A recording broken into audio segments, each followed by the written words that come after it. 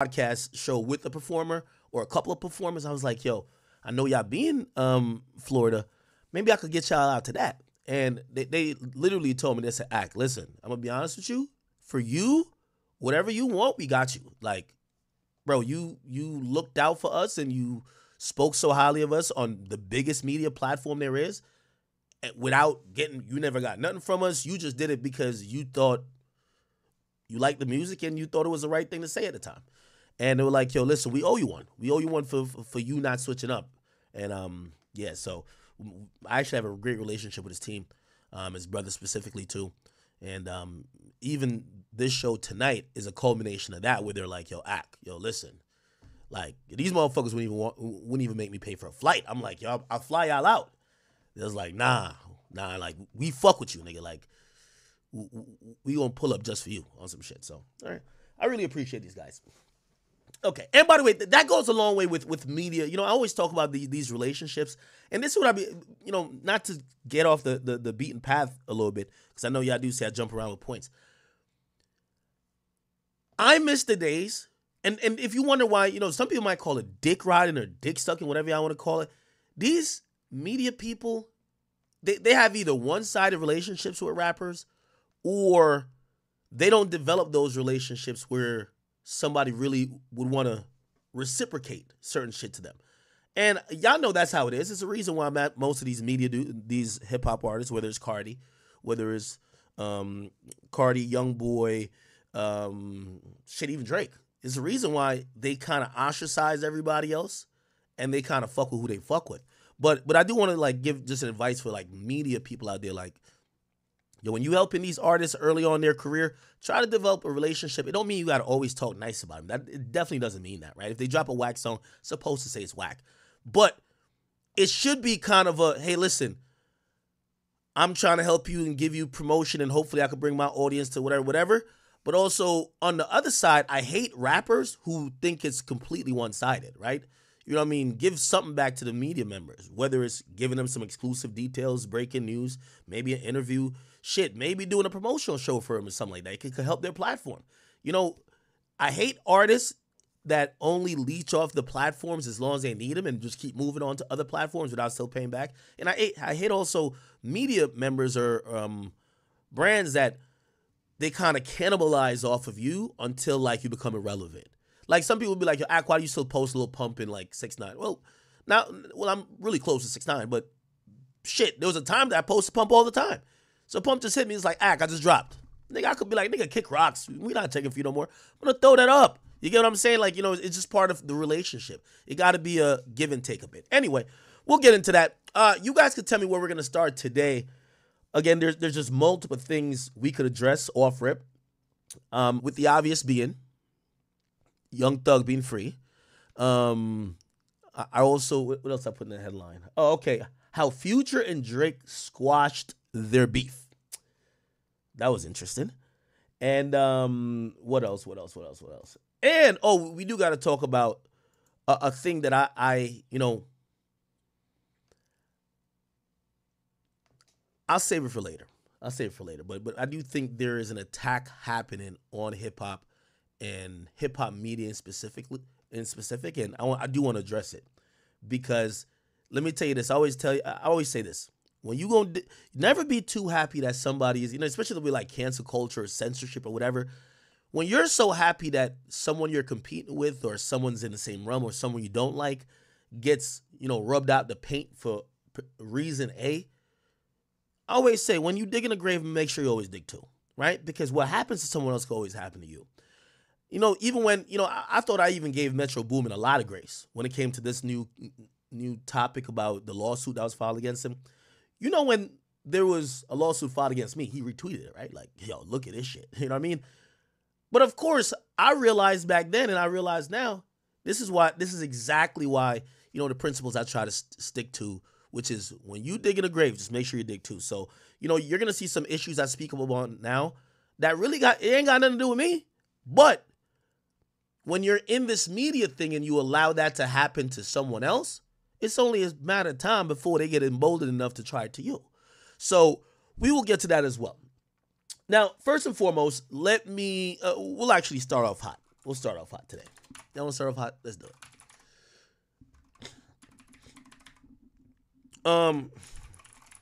So, oh my God, can I not spell? Oh, I can't spell.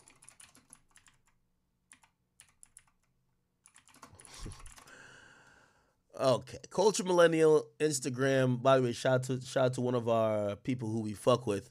How do I not follow him back? Here we go. Here to follow. Yo, so shout out to my boy Culture Millennials. You know, we fuck with them, and there's like a huge group of really independent media. Some might be blog pages, meme pages. Some of them are like, you know, Twitter, you know, repost pages. But you know, we have. I consider everybody new media, and I try to fuck with as many people as possible. They're one of our, I want to call them allies, so to speak.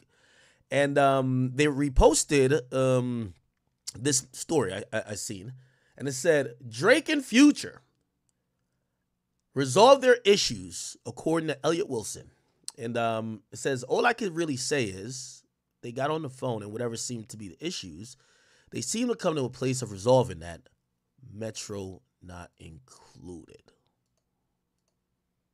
Where did this come from? Okay, now I think there's a longer video of it. There's a longer video of it where is it here? Okay, here we go. Drake and Future gotten on the phone and they resolved their difference. Wait, Drake and Future. What? Wait, is my audio? Or is it that clip? Is it my audio or is that clip? Oh, we got to talk about Meg as well. Oh, my God. Yo, if you're talking about bad timing, I can't wait to talk about the Meg thing. Let's see if we can get a better audio here. Here we go. Drake and Future. Oh, it's the same thing. Gotten on the phone and they resolved their difference. Wait. Drake and Future. What a time to be alive. We're back. A good authority. Drake and Future have at least gotten on the phone and resolve their differences. So I don't know what that means. Obviously, we saw Young Thug.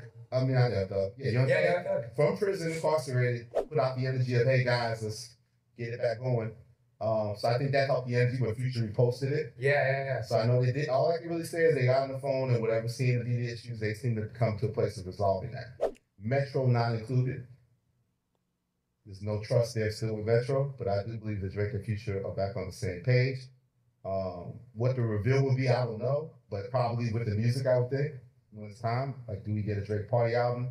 Does Drake come out with a single with Future? Does Future come out with Future? I didn't even get another Future album. He's crazy. He might do another album. You never know. So I think it comes back out through the music, but I think it's very interesting that, you know, the guy was part of this trust movement, trust you, still don't trust you. But, you know, obviously we know Drake and Future have so much history. Drake obviously was one saying he didn't really know, we never really met you. He got the likes of all the taps of all the B20. So it makes sense in some capacity. But yeah, all I know is that I can say with my chest, and people may deny it, but I heard very clearly that they got on the phone at least, and they're in a different place. Drake and Future. So I love to hear that.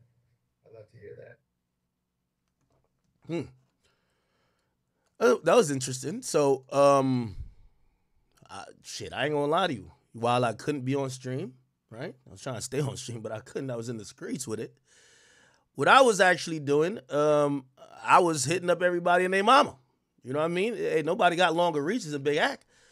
I wanted to hear how it went down, who facilitated it. Did Young Thug put this thing together from jail? Now, we know he's not released, but he did put it together from jail. We all know about the tweet that kind of came out randomly that was saying, yo, Drake, Future, Metro, we all brothers. Music ain't the same without us. We do know a lot of this dissension, and maybe you could see maybe a cultural uprising against, you know, I kind of really treat it like the election, where I felt like people were trying to vote Drake out.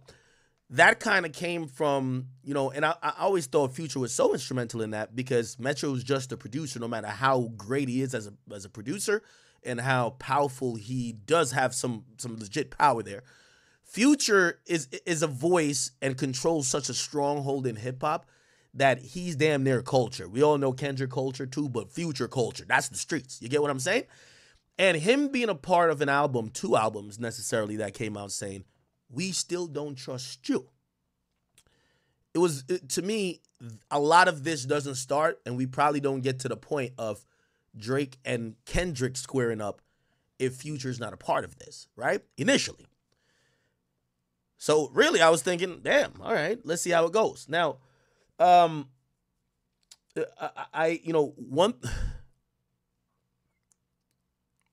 thing I have been able to clarify, right? And I do want to say big shout out to my man Elliot Wilson. But with all due respect, I've spoken to extremely credible sources on both sides. And Drake and Future has not been on the phone. So, not too sure who gave Elliot Wilson the authority to say this. But from what I hear, that is not true. That is 100% cap. Now, I'm not going to say Elliot Wilson is contorting or misrepresenting facts, but whoever his source is, from what I've heard, whoever that source is ain't telling the right thing. So, again, I'm pretty sure he'll rock with his sources, but I think I rock with mine, okay? And from what I've heard, that is not true. Again, only thing I call to confirm, multiple places on both sides, did Future and Drake get on the phone to resolve shit? And the answer was categorically no, that conversation has not happened.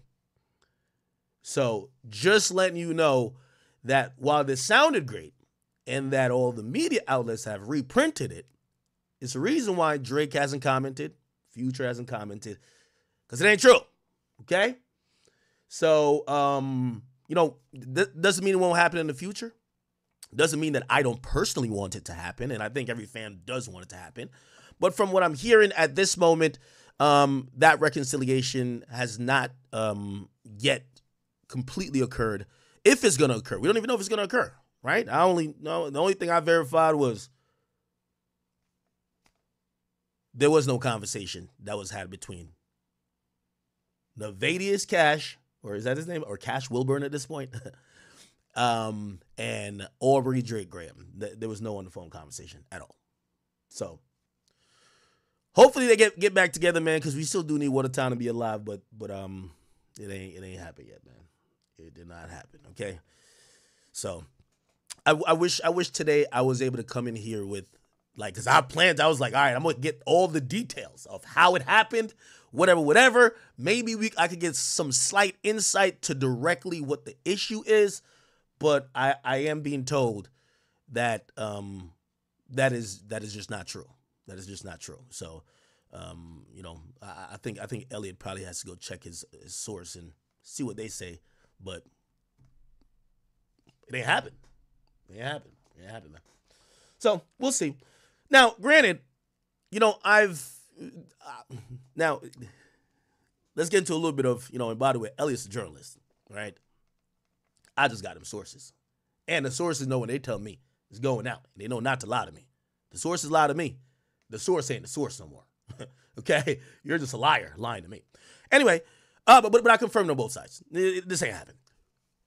What I will say is that he might not have a direct source. You see, he has on good authority. That might be the conversation that's happening in industry circles because, shit, I don't know directly from either party, but I have on good authority why supposedly the beef with Metro and Drake, or not beef, but like where they're like I apparently I've been told the actual disagreement they had, that they cut communications off. I don't know if that's true, and I'm still not gonna say. But that's hearing it from people who would know, or I believe would know, not hearing it from either party or direct subsidiaries of either party. So,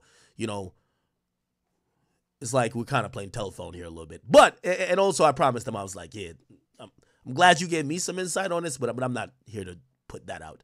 At least a future, not a future, I mean, the Metro and Drake thing, allegedly, which I haven't said, which is good. But I heard that this Future and Drake reconciliation through a phone call has not occurred. Right? I don't know if there's anything more pertaining to that. I think that's what everyone was talking about, right? Drake, Future.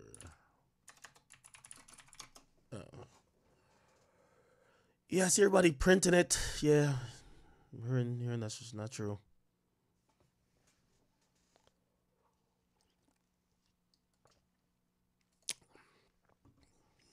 And also, I have no idea, to be very fair, I have no idea if the issues with Drake and Future, I don't know what their issue is, by the way. I've heard what the issue is between Drake and Metro, and I don't know if it's if them doing an album together, dissing Drake damn near, is tied to a mutual issue. I don't know that. Only thing I know is that despite Complex and everybody else printing this, it ain't happen. Okay? Again.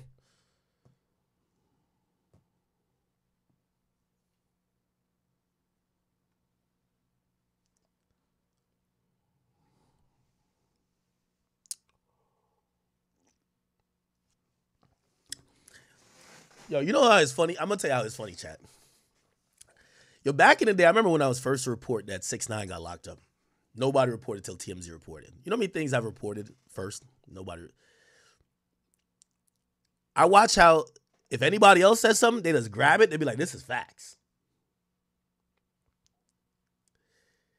These days, yeah, I keep telling y'all, man, I might just want to listen to Act a little bit more.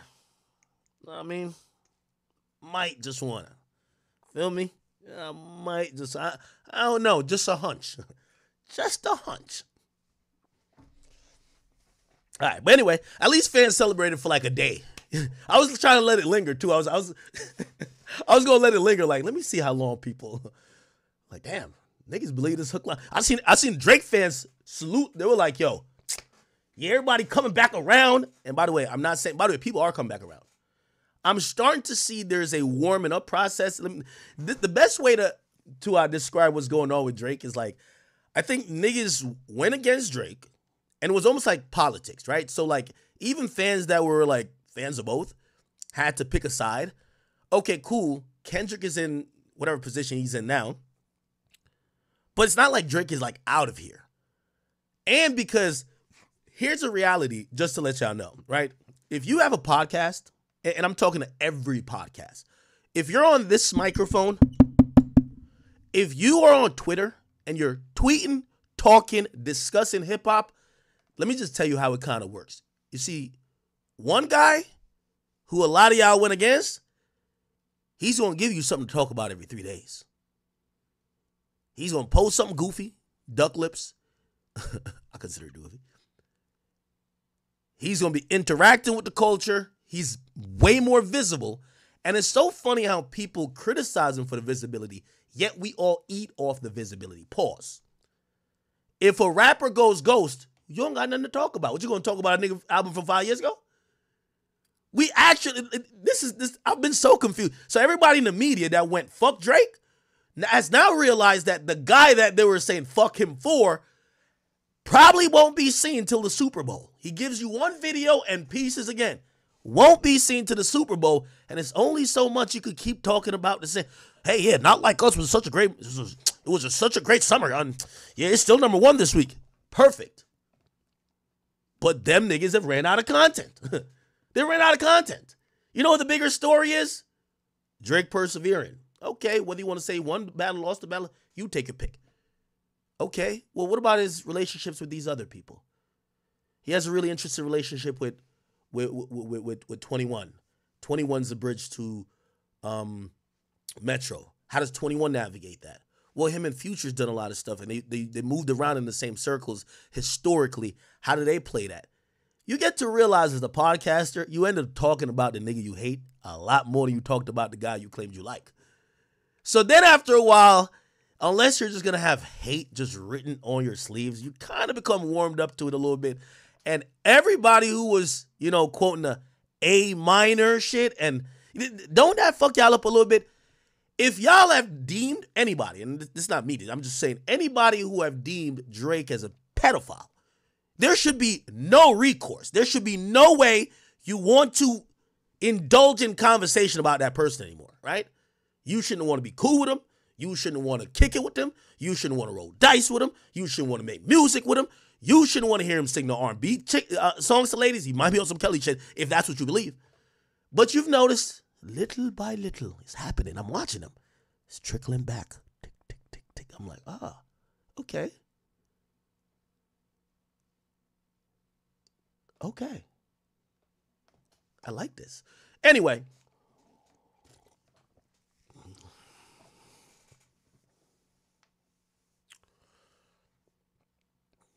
Word to the wise. And this is where I use the word good authority. I have some good authority that everybody's that's been left out in the cold. There's a blanket.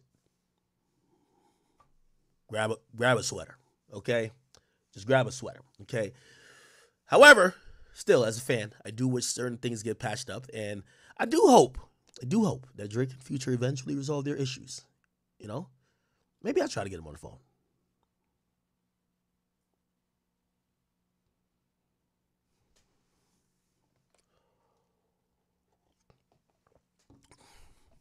It did take 21 Savage to get me and Meek on the phone. Imagine if it took Big Act to get Future and Drake on the phone. That'd be a good one. Okay. Anyway, it ain't happening. All right, moving on. Okay, let's get into this Young Thug situation. I really wish I was here because this feels like an 8-hour stream, 10-hour stream if we were there live today. So much things to kind of like analyze and take into accountability.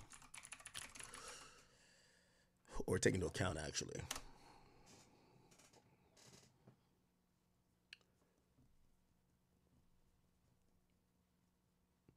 Somebody said, stay out of it, act with the Future and Drake shit. Yeah, no, of course I'm staying out of it. I'm just joking around, nigga. What the hell?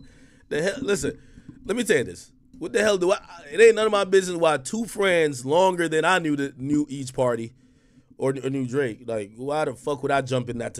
You think as a fan I care about them? Well, I do want them to make some new music, but whatever they beefing over, if they would throw it, like, them being friends is worth hundreds of millions of dollars in collaborations, performing together, maybe going on tour together. If they don't want to get along, I got to imagine that they have good reason, and it ain't for me to tell them when as grown-ass men, or even try to facilitate them as grown-ass men trying to squash or mend anything. And maybe Thug could be that person. I think Thug would probably, be that person if it's, But yeah. We'll see.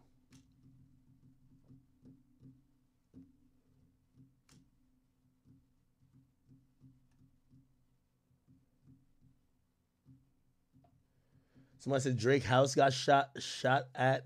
A beef is never over. Future had nothing to do with that. That is not Future, brother. That is not Future at all. That's not Future. That is not Future. That's not Future. And again, I have speculative reasons why I think Future and Drake don't get along, but it's nothing confirmed. And yeah, I mean, I wouldn't even ask. I wouldn't even ask to be like, yeah, so tell me how y'all friendship of like over 10 years broke down. What the fuck? Somebody said, I don't know if Drake's house shooting had anything to do with Future. Yeah, I do. Hold on. The reason why I know it ain't over Future is because it's kind of like if you talk to the people who are in the know, they know where that came from. That wasn't Future, okay? So you eliminate him by the fact that he's not one of the people who you would be looking at, right? So yeah. Okay, we'll talk about Lucci. All right, good. Cool. So we got that out the way. Future and Drake haven't talked. Young Thug is free, so let's get into that. So Young Thug actually came home from jail, I believe Friday. No, or Saturday, actually. No, it was Friday. Wait, what day is today? I'm like fucked up with the days. No, today's Saturday. He came home yesterday. Wait. Am I tripping? No, he came home Thursday. Wait. I'm losing track of my dates, y'all. Hold on. Okay, so this is a video of Young Thug being in the back seat, being released from Fulton County Jail. He was in the back seat with his lawyers after being released, and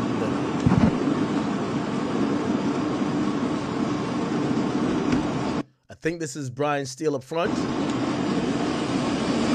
I think this is the other attorney that is co-counsel, black one, and I think Jeffrey is in the back right passenger side.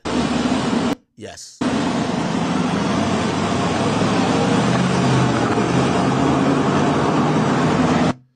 couple SUVs follow him out. Okay. So Young Thug was released. How did we get here? Because it was a really wild ride that day. And I say that respectfully because the case got to a impasse where the prosecutor, in being so tired of amateur prosecutorial conduct, literally said, I am going to consider a mistrial, and even asked the defense attorneys, who wants me to consider a mistrial? And a lot of people raised their hands. Then what happened next was they said, well, we want you to consider a mistrial with prejudice. Let me see if I can find that clip.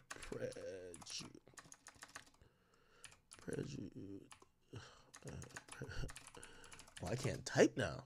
Oh, wow.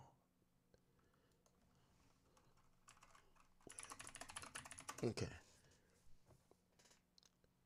All right, wait, hold on, Matthews. Before you say we have a stipulation, F, Judge, once you rule on our mistrial, right, on my motion. So wait, hold on. Let me just go back to the first one. So here we go. Just give me 1 second.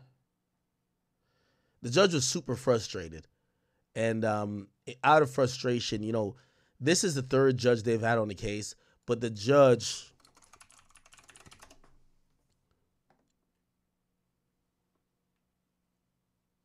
But the judge, is it here? You know, she's been reaming out the prosecutor for weeks. Significant to you. Phone number. Here we go. It explains. Here we go. Understand the court.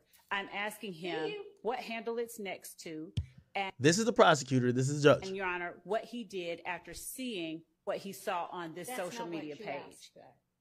You represented at the bench that none of this, that being the writing on the right side of the picture, which we're all squinting at because it's tiny on the piece of paper. And so I am relying upon you to actually be honest with the court and opposing counsel so that we can deal appropriately with the evidentiary issue. Was any of it being offered for the truth? And you said no. And then you turned around, and after it was admitted over the overruling of the hearsay objection based on the representation that nothing was being offered for its truth, you drew the witness's attention to the phone number and tried to have the witness testify to whose phone number it was. If that is not offered for the truth, what is it? Your Honor, it explains what steps he next took. It wasn't that he sat there and took this phone number and said, "Oh." This judge was going in. Phone number was the testing call. And Your Honor, is so. Okay, so that happens, and let me see. I'm trying to find the actual clip, but it was a clip where the judge is so frustrated. I'll go to YouTube, and she says, "Yo, I'm gonna think about a mistrial in this case. Young Thug mistrial judge. I think it's here. Okay. Welcome to 11 Live Midday. Here we go. Sorry. Defendants. Well, that prompted the defense to move for a mistrial. Okay. So what essentially happened, and I'll just do an explanation rather than you guys just kind of watch me skip around. Essentially, they bring up this guy on the stand, right? Now, this is just rules for the court. You can't present evidence that, you know, there's a jury there. They're supposed to be neutral and impartial. It's the reason why if you came into this trial saying you listen to Young Thug or he's your favorite artist, they're going to dismiss you as a jury. Likewise, if you came in jury selection and said, yo, man, I hate that nigga Young Thug, they're going to dismiss you as well. You should have basically about here. Like, you should be like, you're neutral. You don't like this guy too much. You don't dislike him too much. Now, you could know about it, but you shouldn't have any opinion that goes either way. Why? They want your vote for this trial to be solely made up of what you hear through the trial. Now, the prosecutor's been messing up all throughout this, okay? The first judge messed up as well with the in parte hearing, but also they have been kind of presenting evidence in a really sloppy way. Now, why is this happening? Or why did this happen? Essentially, the prosecutors, not only were they put on the case, or did they take over lead in the case midway because there was the first prosecutor took another job. This is how long it took, right? So the first prosecutor took another job. It was like an upgrade somewhere else. And these two prosecutors, or two lead prosecutors, Miss Love and Miss Hilton, they took over. But they inherited 300 witnesses, right? You remember at one point they were trying to bring up Rich Homie Quan, Wyfin Lucci. Even mid-trial, after having 300 witnesses, they brought up my name. They said, yo, well, to help explain it, there's a guy who did YouTube about it. Maybe we could get Akademiks to come in. Remember I did like videos on Young Thug like 2015. So, and the judge was just like, well, why didn't y'all present that y'all would need a blogger to come up here to talk about this? And they're like, yo, we're not going to grant that. This is mid-trial. So essentially, they have so many witnesses. They're in the position of presenting it so sloppily because they don't have a good handle over the evidence. Not only that, they did the worst thing possible. Now, this kind of showcased for me a essential flaw between what is an essential flaw with the state prosecuting a case versus the feds. Let me give you an example. You see all them games YSL Woody went up there and played? Oh, I don't recall, my neck, my back, all that bullshit. If, say, 6ix9ine went up there and did that, he would be doing 4 years. The reason being is that cooperation, right? And when you are signing these deals that are sweetheart deals, by the way, it's meant to elicit the testimony that the state believes you're going to give. Except in federal court, when you snitch, called Queen for a day, you basically do a proffer. The way snitching works on a federal level is that the cooperation or snitching is only then considered at sentencing. Okay? Now, granted, they do use immunity, but they use it way different from the YSL case. Here's how YSL prosecutors fucked up. They gave these guys like blanket immunity. Blanket immunity. Right? With no threat of them going back to jail other than if they lied. So you know what these guys went up there and did? Oh, I forgot. Oh, I this. Let me talk to my lawyer. Remember, I can't lie, right? So they're playing games. So the thing with the feds, like after 6ix9ine snitch, he was expecting the way how the feds respond to you telling is they'll write what's called a 5K1 letter at sentencing. Now, the thing with the feds, they have mandatory minimums. So you catch a RICO, that's 25. The judge could like you, love you, can't sentence you below 25 years. There's mandatory minimums. Unless there's a 5K1 letter, which means you cooperated with the government. So when they have that cooperant letter, which by the way, for 6ix9ine, he only got that letter like 3 days before sentencing, right? So essentially, you got to snitch, and then the judge is going to, the prosecutor is going to say, all right, you know, your snitching was adequate enough. We'll give you the letter. In state court, they gave these niggas full immunity, and all they had to do was not get up there and lie. But they could get up there and spin these prosecutors, laugh in their face, play in their face, and these prosecutors look stupid.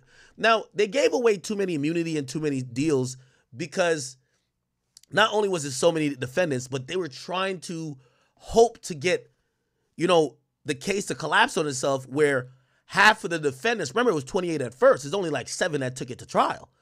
They were hoping that the remaining of those guys with their testimony, now that they have immunity and they can't plead the 5th and the 2nd, 3rd, and, you know, the prosecutors giving them the sweetheart deal, they would go in there and help corroborate whatever the state was trying to present. Instead, it looked like they took the deals and was basically in there playing in front of the judges, the prosecutor's face. So let me get to this part, and then we'll get to why we got to the plea negotiations. So it gets to court. Bet. They're fucking up. The defense attorneys, not defense attorneys, the people on the stand are playing in their face to the point where the judge, this is how Glanville got off the case. The judge is tight because, with all due respect, and I don't give a fuck. Like, this is just reality what it is. My nigga, we're glad Young Thug is free, but half of the shit they presented against it, nigga, he did. You get what I'm saying? And the judge can see it. Everybody can see it. This is why I thought if it went to a jury, they're still going to find him guilty. If it went to a jury. Now, it would definitely get overturned. It would definitely get overturned because there's too many mistakes. Like, bruv, if you don't believe none of this shit, you rent the car that was used. Come on, bruv. Come on. The only problem is, the first judge, my nigga, put it like this. You know the prosecutors suck? When they're watching, you're the judge watching, and the judge is like, y'all got to help this motherfucker. That's how the first judge got kicked off. Imagine the referee watching two teams play and be like, this team sucks so much. Like, the ball come in their direction, and they just kick the ball to, you know what I mean? Or they just throw the ball in the hoop type shit. Like, you got to help one team. So the judge, Glanville, they realize these black women, Miss Love and Miss Hilton, don't know how to control a witness. So they have an ex parte hearing, and the judge reaffirms to the guy, to Woody, you can't be lying in the court. And he started to referee in a way that's what the transcripts prove. Referee in a way in the ex parte hearing to benefit the prosecutors to say, you're facing this, like kind of almost like feels coercive, right? But why is the judge doing that? Because the judge is watching these rookies. Don't know what they're doing. So anyway, that judge get kicked off. The second judge they get kicked off for some conflict because they're bailing for fucking somebody on the case. Then this judge gets on. Now, let me also tell y'all this. Remember when I showed y'all the picture of YSL Woody?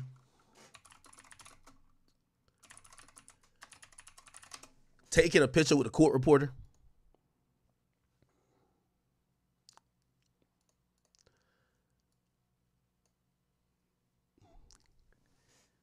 I hope you're starting to get the picture here, okay? The prosecutors, either they're playing dumb or they are dumb. But even the neutral parties, say the court reporter, the judges, they fuck with YSL.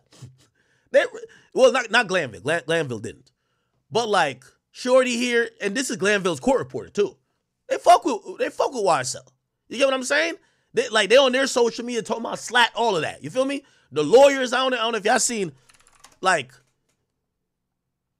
one of the lawyers who took a plea for the other dude. Look at this shit right here. This shit was crazy. Look. Any message to the rest of the defense attorneys still fighting for their clients in this case? Good luck. That's a lawyer. So, again, I see a lot of people taking this as a universal win, which it is a win for Young Thug to get out. But there's so many elements here you have to consider. Fulton County is a shit show. The court reporters, the judges, some of them, not all, and the people who are working in the court system seem very empathetic to the people who are being accused of the crimes that caused this whole proceeding to happen anyway. The prosecutors don't know what they're doing, and they overcharge. They should have, they tried their best, and this is Fonnie Will's fault, really.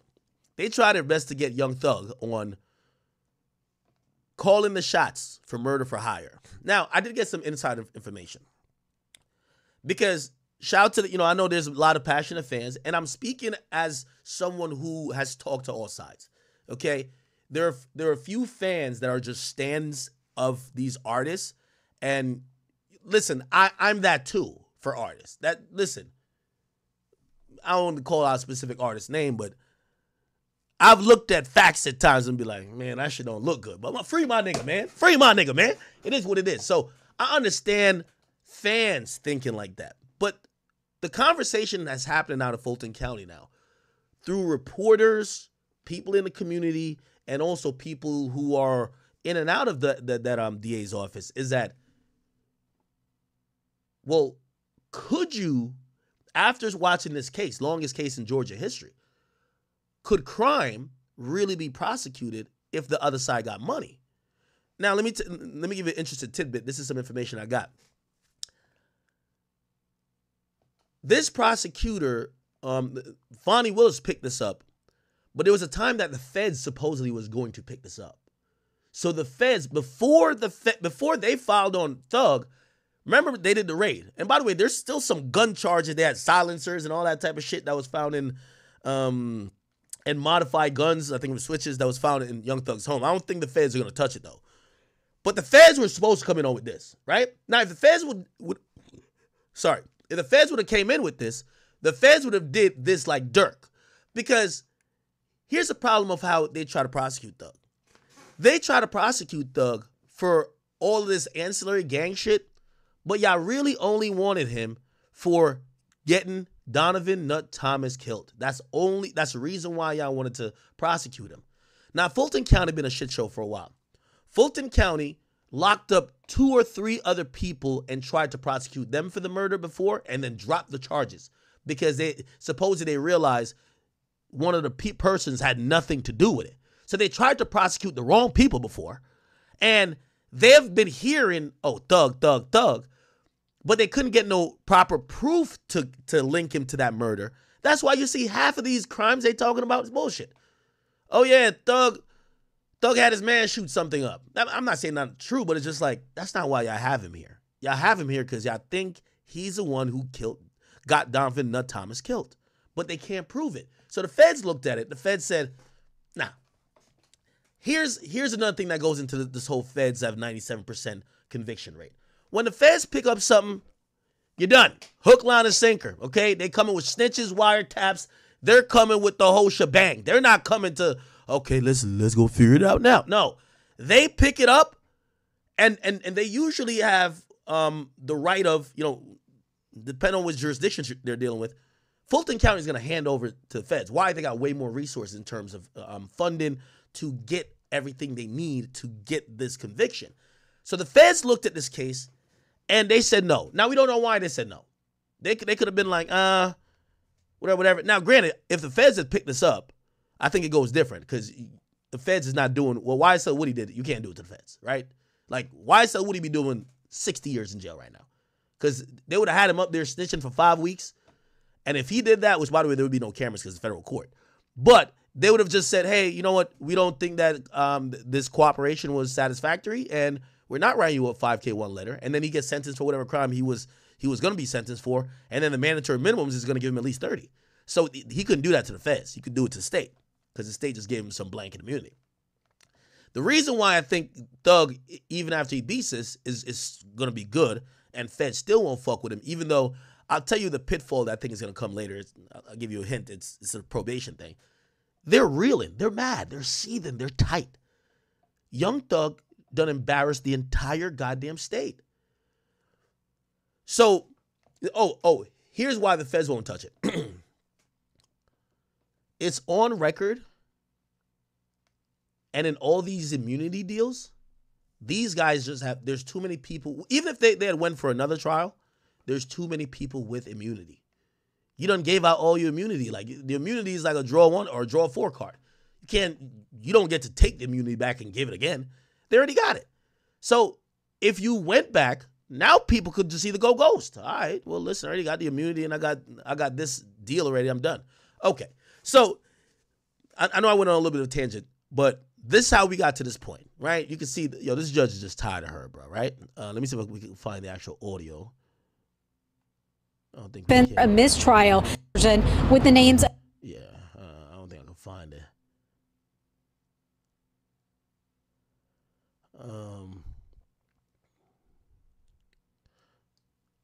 I think the judge was like, who else wants a mistrial?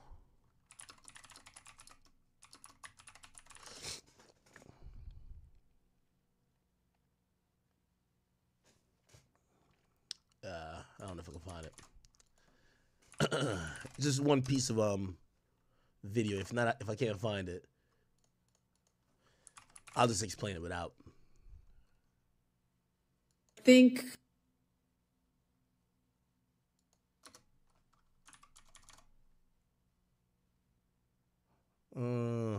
I can't find whatever.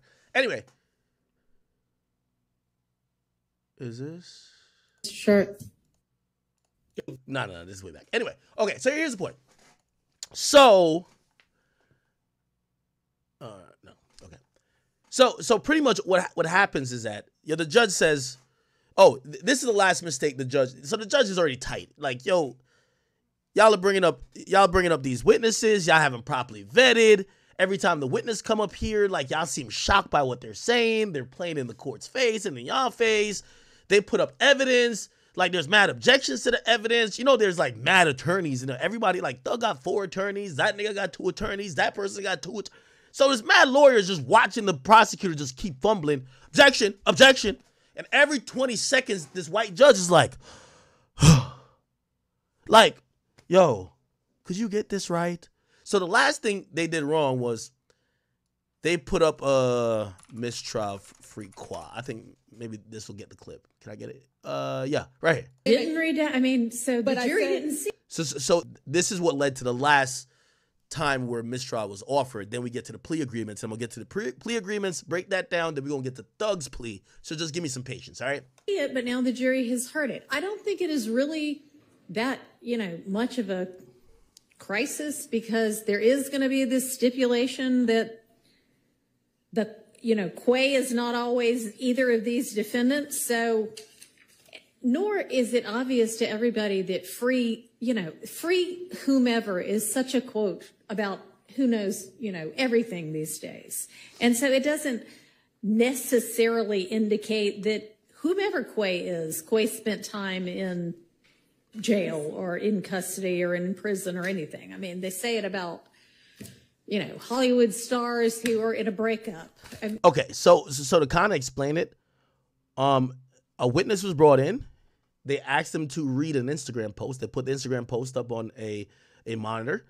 And on the monitor, it had blurred out free Quay, right? Why is that important? Remember I told you you're supposed to have the jury be very neutral to in how they think of someone. Only the evidence presented to show guilt or innocence should use to have their mind changed.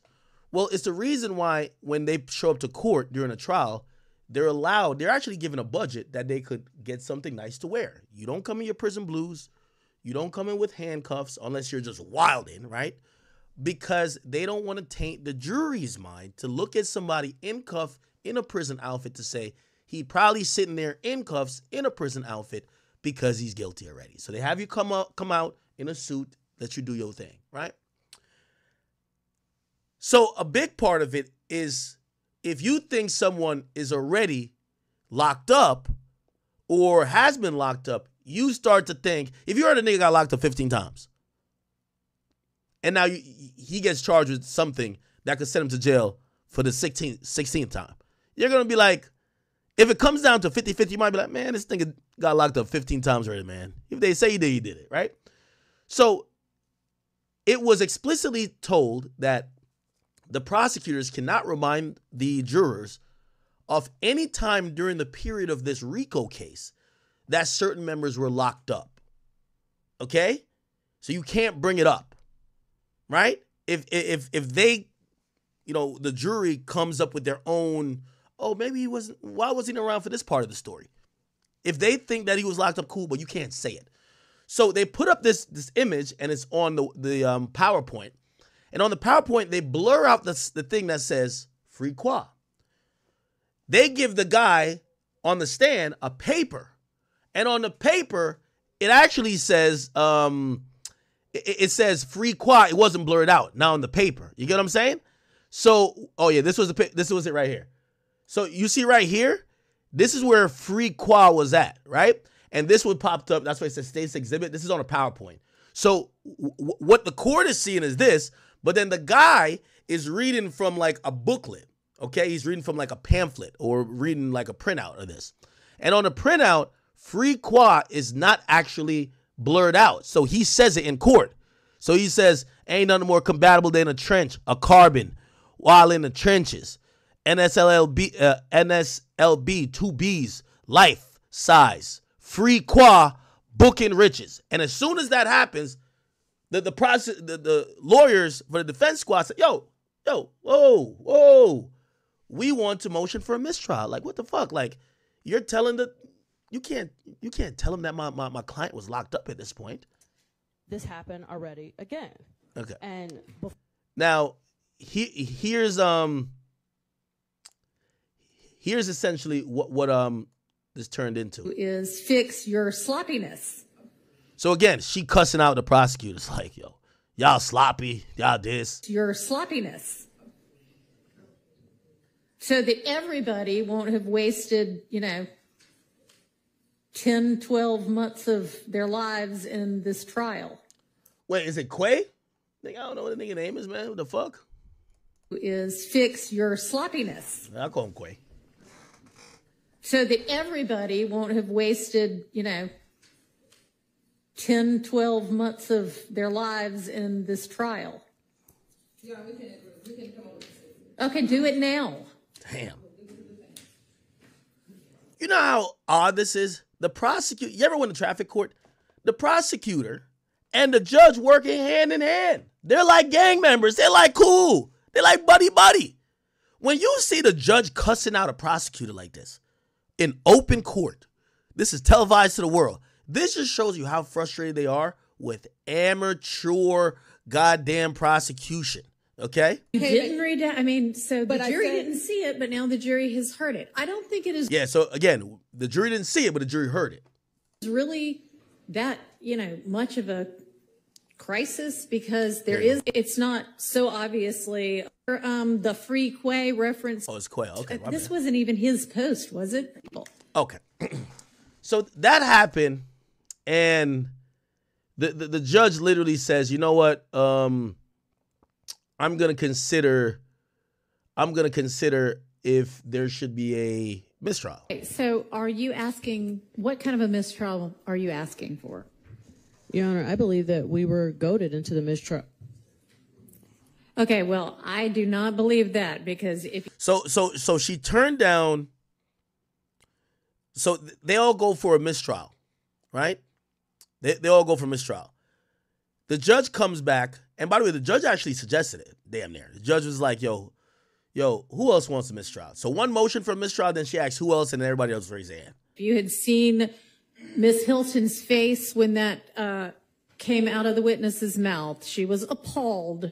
And I do not believe that they are purposefully trying to insert error into this trial to make y'all ask for a mistrial so that they can try this case again. I think it is continued, and I am sorry, y'all have, this gigantic, ginormous universe of evidence that maybe if you narrowed down, you would not be making these kinds of mistakes. But I believe that to be a mistake.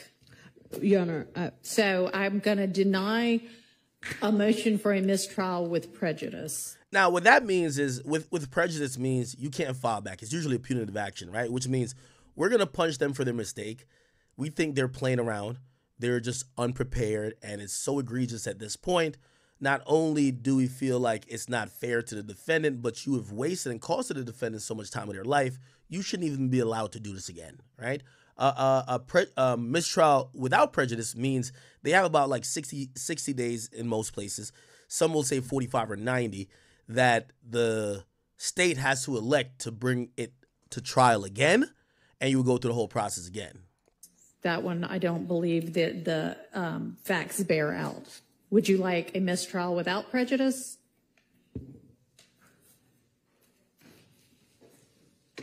Yes. You would? Who else would? That means, of course, that the state would be free to try every one of y'all again. Judge, just a moment. Okay. So a couple other defense members in the courtroom said, yeah, we want that too. Essentially what ends up happening is that she takes a second to go think about it, right? And in thinking about it, she didn't make a decision that day, but she was going to come back the next day. The next day, Fonnie Willis, who runs the DA office, she doesn't necessarily prosecute cases, but her assistant DAs prosecute cases, including Miss Love and Miss Hilton. She calls a meeting with all the defense attorneys of YSL. Now, here's the reason why she calls that meeting. They probably wasted a few $1 million to take this to trial. For all the resources, all the cops, everything. You're wasting states' taxpayer money. So what ends up happening is that she's like, if this gets to be a mistrial, I'm going to be embarrassed. The longest trial ever in Georgia State, if it ends in a mistrial and we got to do it again, it becomes even longer, I look like a laughingstock. Let's try to cut our losses and let's try to offer some plea deals that we could wrap this up. It could be, we could save a PR nightmare, but also the defendants, you know, again, I still believe if this had went to a jury, they're getting found guilty. Right? It's just, what you need to prove in a RICO is too simple. It's a crime organization. Like, there's proof that there's shootings done. There's proof that people died. There's proof that people associated with this, like all of the beefing and everything that's with social media and public. Yo, people were beefing and there's some money coming in. There's crime. Like, you know, like if you think people are that dense to believe that King Slime doesn't designate or denigrate to be some type of, you know, status, or YSL doesn't operate like a gang, like, bro, I get it, Gunna admitted it, but it's just like, you could have a pea brain and you would realize, like, nah, they doing crime over here. What the fuck? They're doing crime, right? So then afterwards, if you know that they're doing crime, it's like, do you believe this person is having them do crime? And they got messages that they read in court where Young Thug is saying, yo, check this out. Yo, niggas gotta get sacrificed in the name of this shit. It's kind of like pretty simple, right?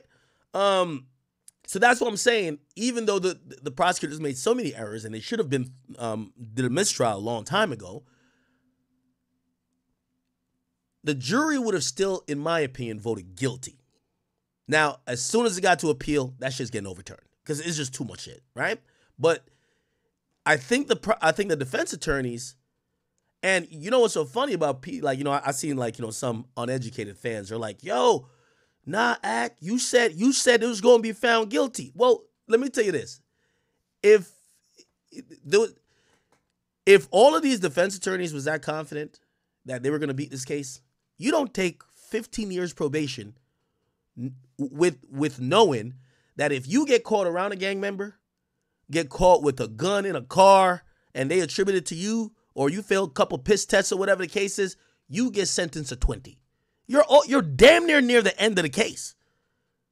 So if you really think that they ain't got no shot of convicting you, nigga, you already took it to trial, took it to the jury verdict. But that's why everybody came back, because they know, like, listen, you can't, the one thing you can't get back, you can bring back the guilty verdict, right? Because as I said, that would be definitely thrown away on appeal. But you can't get back these guys' lives, their time, their freedom. And Young Thug is sitting in a jail cell rather than being out. You know, he's probably racked up, you know, somebody gave me, like, they gave me a price list. They said, yo, and I won't mention, but these are super attorneys. If you want to hear the price list, if you have a single murder, that's an M, right? So you need $1 million, and these are the guys who they're gonna beat this murder case for you. You get what I'm saying? Hold on, sorry. Oh. Now, if you get a RICO, you talking about that includes murder. Because now they got to prep for a murder case. They got to prep for this overall organizational gang cases. They got to prep for cross-collateralize with other people who are being charged with you, who could implicate, like, so much more than just a standard murder case, right? That price goes up to 3 to 4.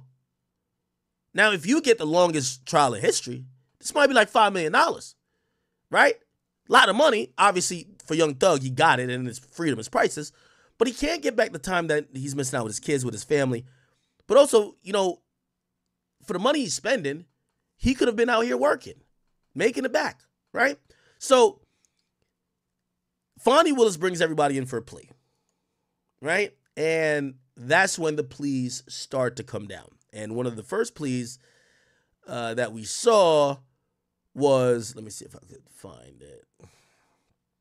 Where's one of the first plea? One of the first pleas that come down is this one individual. I don't know if it's Quay. It might have been Quay. Was it Quay? Give me a second. It might have been Quay. Give me 1 second. I'm gonna find it. Oh yeah, it was Quay. Okay, so Quay takes a plea. Now, people thought this was being strategic, and I hope you are following. They thought this was being strategic on the state side, because if the nature of the objection or motion actually for motion for mistrial was that they revealed that Quay was incarcerated at the time, well, if Quay is no longer a part of the case and is no longer a defendant, that argument of, hey, y'all are prejudicing the jury by having them know that one of the guys that's being on trial right now was incarcerated, even though it would still matter because they're associating that Quay has done stuff with these other guys, so it still matters a little bit. But it weakens that argument. Essentially, they had Quay get a plea. Now, I'm going to tell you why Quay took the plea. Quay originally, and I don't know if, do I have the YSL indictment here? I want to show you what he was initially charged for. Let me see. YSL. Okay, I do got the indictment here. Good. Cool. All right. These are the names here. Let's get to Quay.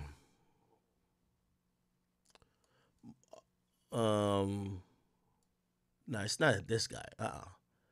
Oh, this guy is Qua. Damn, there's all type of names in this bitch. Where's Quay then? Yeah, okay. Oh, they got the same. Both of them got the same joint. Quay. Okay, whatever. So Quay had theft by taking, attempted murder, and actually, I thought he had also a murder charge. Oh no. Never mind. No, sorry. He has count 1 RICO. My bad. Count 1 RICO. Then count 49 to 54. So everybody has count 1, which is a RICO. Then he has count 49 to 54. Let's go to count 49 over here.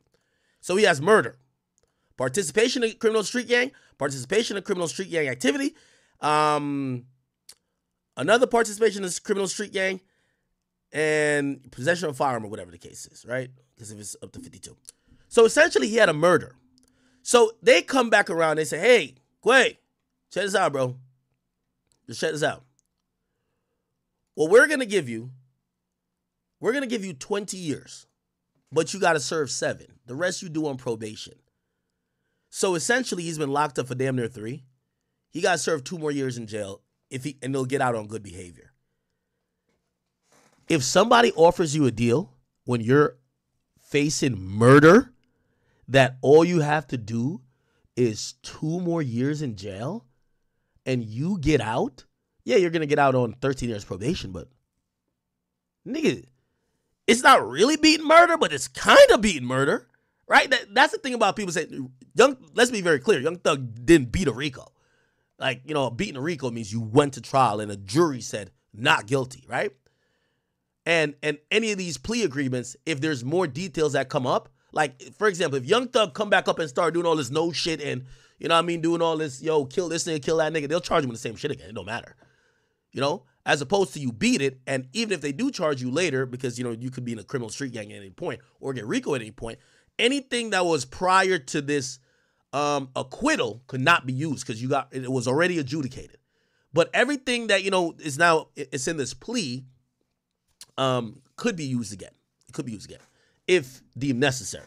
But these prosecutors are tired, man. They got their ass beat by Young Thug. They do not want to do this again. Anyway, so this dude Quay essentially got a murder and is going to spend 2 more years in jail, right? So they already spent like 3 in state jail. You only got to do like 60 to 70%. That would be like 5 years. So you got 2 more years and he's charged with murder, right? So of course he takes the deal. By the way, if you seen how the plea went down, his lawyer spoke in court, and I played this before, very clearly to say, yo, check this out. We want to let y'all know that my client only knows about what he doing. He ain't telling on nobody. He ain't doing nothing else. He only know about what he doing. And they argued about that for a while. The next day, there was like one or two other people that took a plea. And then finally, it was like Young Thug and one person turned down a plea. Ooh, we got to look at who that was. YSL turned down plea. There's one guy who turned down the plea. Yak Gotti, right? Yak Gotti, right? Is it Yak? Yeah, Yak Gotti turned it down. Which, you know, everybody's celebrating like that. This case is over. It's not, right? So now, hold on. Give me 1 second.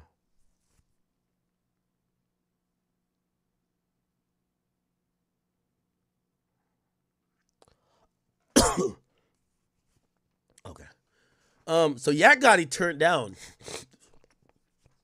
He turned down the state latest plea offer, and he fully intended to take it to a jury and get a not guilty verdict. Let's see what Yak Gotti is actually charged with, because I don't know why. You know, maybe they come back with another plea since, you know, Young Thug was always the big fish, right? Like they wanted Thug. Oh, he's charged with murder as well. Oh, Yak Gotti charged with murder? Oh, that's why. Oh, wow. Now, I still think he gets a plea, but this whole case is a sham, right? If they really thought these guys were guilty of these murders, they should have charged them separately. But they lumped it all in. They lumped all of this into this case, and essentially, what's going to happen now? Some of these guys are going to avoid a murder trial and just get 2-3 years in jail for killing somebody, allegedly. We don't know if they killed him. But yeah, so Yak Gotti said no, but I still don't think they're not going to keep wasting resources for Yak Gotti. Young Thug already got out of the case. Young Thug's out. So once Young Thug is out, this whole case collapsed. Like, you can't justify spending maybe another $500,000 to convict Yak Gotti. You know what I'm saying? So he had turned it down. This was before Thug. Apparently Thug had turned his down too. So he's been really toe and toe with Young Thug. So Young Thug turned his shit down. He turned it down. Now, Young Thug don't have a murder on his, right? Let me see what Jeffrey Williams had. Jeffrey Williams had 1 in 56 and 56. What the fuck was 56? Yeah, participation in criminal street gang. And 1 obviously is conspiracy to violate the racketeering statute. Right? So he turned it down. And let me see. So 2 other accepted pleas. Quay accepted a plea, and then Rodarius Ryan, he accepted the plea, and he was charged with, or he was sentenced to, I think this is Slime Life Shorty, isn't it? Yeah, I don't know what his sentence is. Anyway, all right, we dwindled down, and now we are here. So Young Thug turns down, and, you know, let's see. Young Thug turned down. Okay. So Young Thug, which, you know, I got to give it to Brian Steele. Brian Steele is a fucking amazing attorney. They're negotiating for days. Young Thug knows they want him the most. But how the case is going, they've exhausted these prosecutors and also the judges so fed up with it. They don't got no murder on Young Thug. Also, they're using the leverage to say, yo, y'all charge this other nigga with murder and agreed to give him 7 years in prison? Nigga, I ain't, even though y'all saying that I got Nut killed, pause. My nigga, y'all didn't charge me with Nut's murder. Y'all didn't do a murder for hire situation. Y'all are just kind of lightweight alleging it through the RICO Act. So he said, if you gave this guy 7 years for murder, I want to go home today. Now, the prosecutors in negotiation even agreed. And it's even said that Young Thug was offered, you know what he was offered? 15 years probation, but he goes home that day. Now, there were stipulations. And Young Thug turned it down. And I ain't gonna lie, this is a big roll of the dice. So after 2 days of negotiation, counters and offers Thug seizure. Let me read what was offered.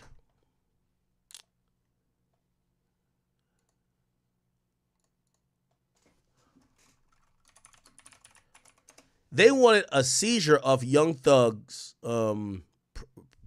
property.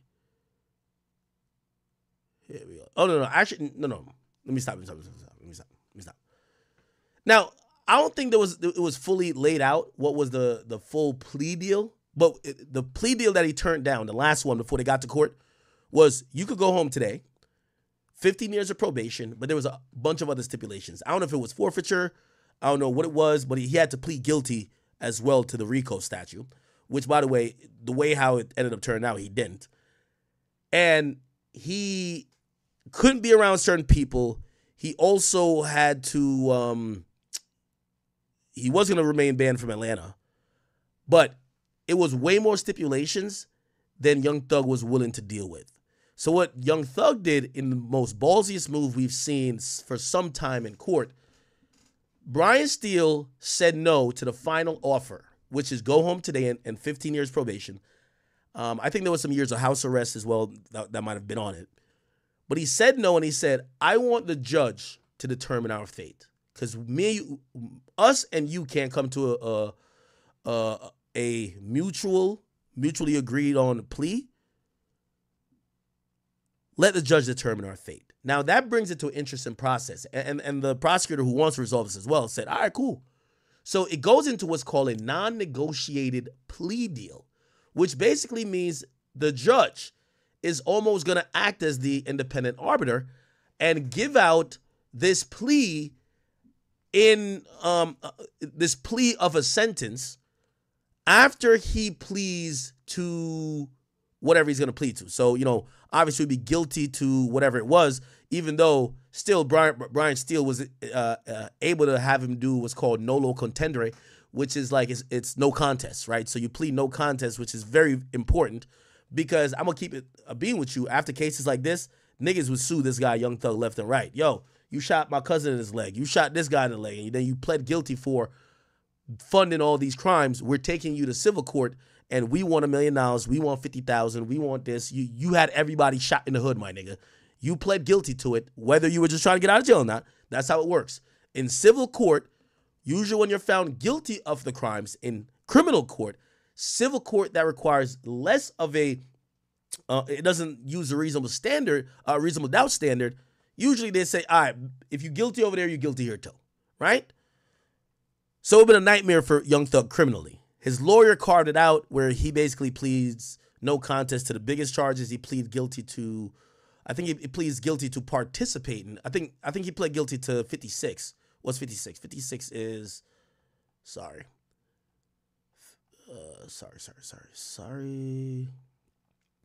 which is participation in criminal street gang activity, I believe. But I'm going to play this in full. I was trying to explain to you where we were.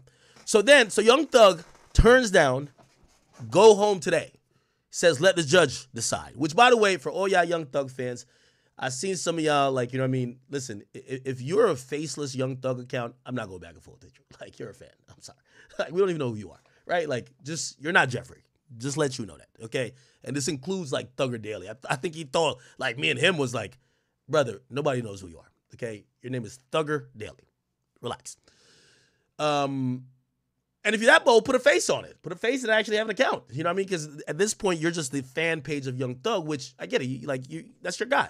And we appreciate you, by the way, because you've done great work, not going to lie. But maybe you're not going back and forth. Now, for everybody who say he took it to trial and beat the case, that's just not accurate, right? It's just not accurate, right? However, he took it to trial. He did beat up on the attorney, the prosecutor. But the judge, so all that fuck the judge stuff, the judge actually was so fair and kind of issued probably the most fairest, sympathetic ruling we've seen of a defendant in a very long time. And I'm going to play this in full because this was very tense moments. Law and crime. And I got to give also Young Thug so much credit. I'm going to tell you why I'm giving him credit. Bro, if you've been locked up for 2 years, I don't know if I could tell my lawyer, or if I could go home today and be like, nah, tell him we turn it down. What? But he did turn it down, right? So here we go. Young Thug gives speech. He did give a speech at the end. Here we go. The attorney. Okay. So essentially, Young Thug does this plea, and then we're going to quickly get into what the prosecutor says, then what Young Thug's lawyer comes back with. They both got about, it's supposed to be like, I think 40 minutes or so, and then the judge rules. Just as there would be from a conviction for transport a firearm, or if you use a firearm in a crime. I'm going to skip through this a little bit. We're not going to watch the whole thing, but they started reading lyrics, and I thought, damn, yo, for anybody who are rappers, when you think about if you've been close to street activity or you really putting money on people's heads, and I know that your lyrics shouldn't be used against you, but lyrics are definitely used to contextualize, right? You can't get charged for your lyrics like it's an admission of guilt. But if they believe that a part of you promoting what they believe is a gang is you also singing about the activities of said gang, they're going to be able to use relevant lyrics that you're not charged with the lyrics, but become contextual.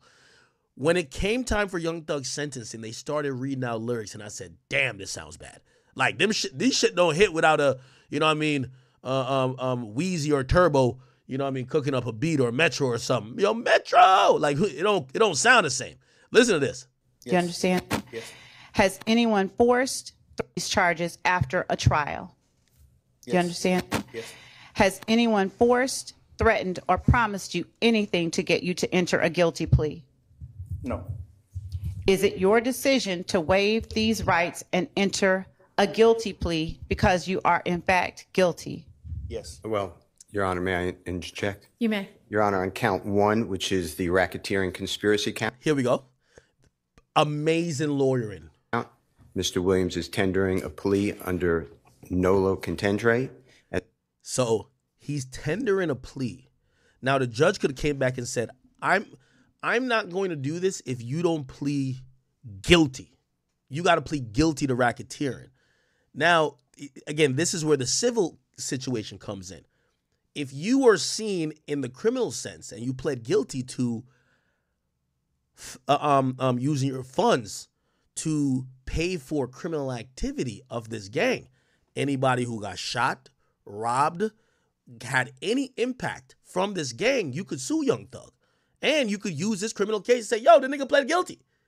Yo, my brother got shot by Quay or whoever. And this is the leader with the money. He pled guilty. I can't sleep. I can't eat. I can't sleep. My neck, my back, my belly. Pause. I just can't. Yo, give me $3 million. They're not going to give you $3 million, but I'm pretty sure he's going to have to just do settlement after settlement, right? However, his lawyer steps in and says, hey, judge, we want to tender this nolo contendere plea, and we're hoping you take it. So if you would take the plea down for the racketeering shit as no contest, it means technically, by the way, they could still sue Thug, but they can't really use this case as a strong basis of his guilt because the racketeering acts is going to say, unless he did something to someone. If he slapped somebody, they can sue him. But the racketeering acts, they had him as the person who paid and ordered, right? So he says no contest, which means it doesn't say guilty or guilty, right? Which, again, just doesn't help civil cases to come. As to count 56, which is participation in a criminal street gang activity as being a leader or a supervisor or organizer, Mr. Williams is also tendering a plea to this honorable court under nolo contendere, the balance of the counts, so he is tendering a guilty plea. Your Honor. Yes, ma'am. So for that one thing, nolo contendere, which is no contest. If you've been even municipal court, at times, if you get a lawyer, because they know certain convictions or you getting adjudicated as guilty will make you not, like, say if sometimes it's for drunk driving or whatever the case is, sometimes they'll take a plea where you do no contest, right? Would the court like to hear from the state or not? About the NOLO issues? Yes. Sure. Your Honor, the state asked that the court not accept a nolo plea and require either a guilty plea or a not guilty plea as to these charges. All right. I'm going to permit a nolo plea as to counts 1 and 56. All right. Yo, you can ether. So for counts 1 and 56, so both of them, the judge permitted. By the way, because you know why also the judge is saying fuck you to this lawyer? You had over a year that you could have gave this nigga a plea. You didn't. Then we stopped court for like 4 days and y'all went back and forth and you could have figured it out there. Now y'all coming in court and now you want me to be on your side after you've been fucking him this whole trial? No, we're taking a nolo contendere plea, okay? Mr. Williams. Yo, you see that stare down? Ether. Look, ether. She rambling through paper like, oh shit. Look, that stare down? That stare down right here? Mr. Williams.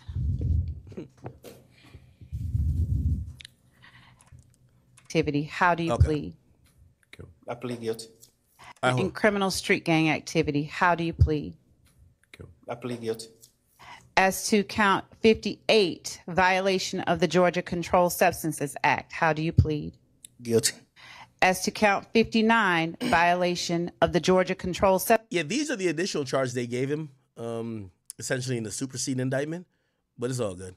Substances Act, these are light. How do you plead? Guilty. Nolo. Street gang activity under the leadership charge, how do you plead? Nolo. Yeah, he has to plead nolo, which means no contest, because if you plead guilty as being the leadership of the gang, damn it, you're responsible for everything they did. I think you didn't ask about count 62. As to count, thank you, Your Honor. As to count 62. Still helping the prosecutor. Possession of a machine gun, how do you plead? Guilty. Oh, never mind. So in this plea, and this is how you know the feds ain't coming. Feds ain't coming, Chad. Feds ain't coming. The nigga pled guilty to possessing a machine gun. So the gun, remember when they found guns in his crib? The nigga pled guilty. So they just threw it in there. So this is an amazing plea. Yo, you had a machine gun only sat 2 years? That's fire.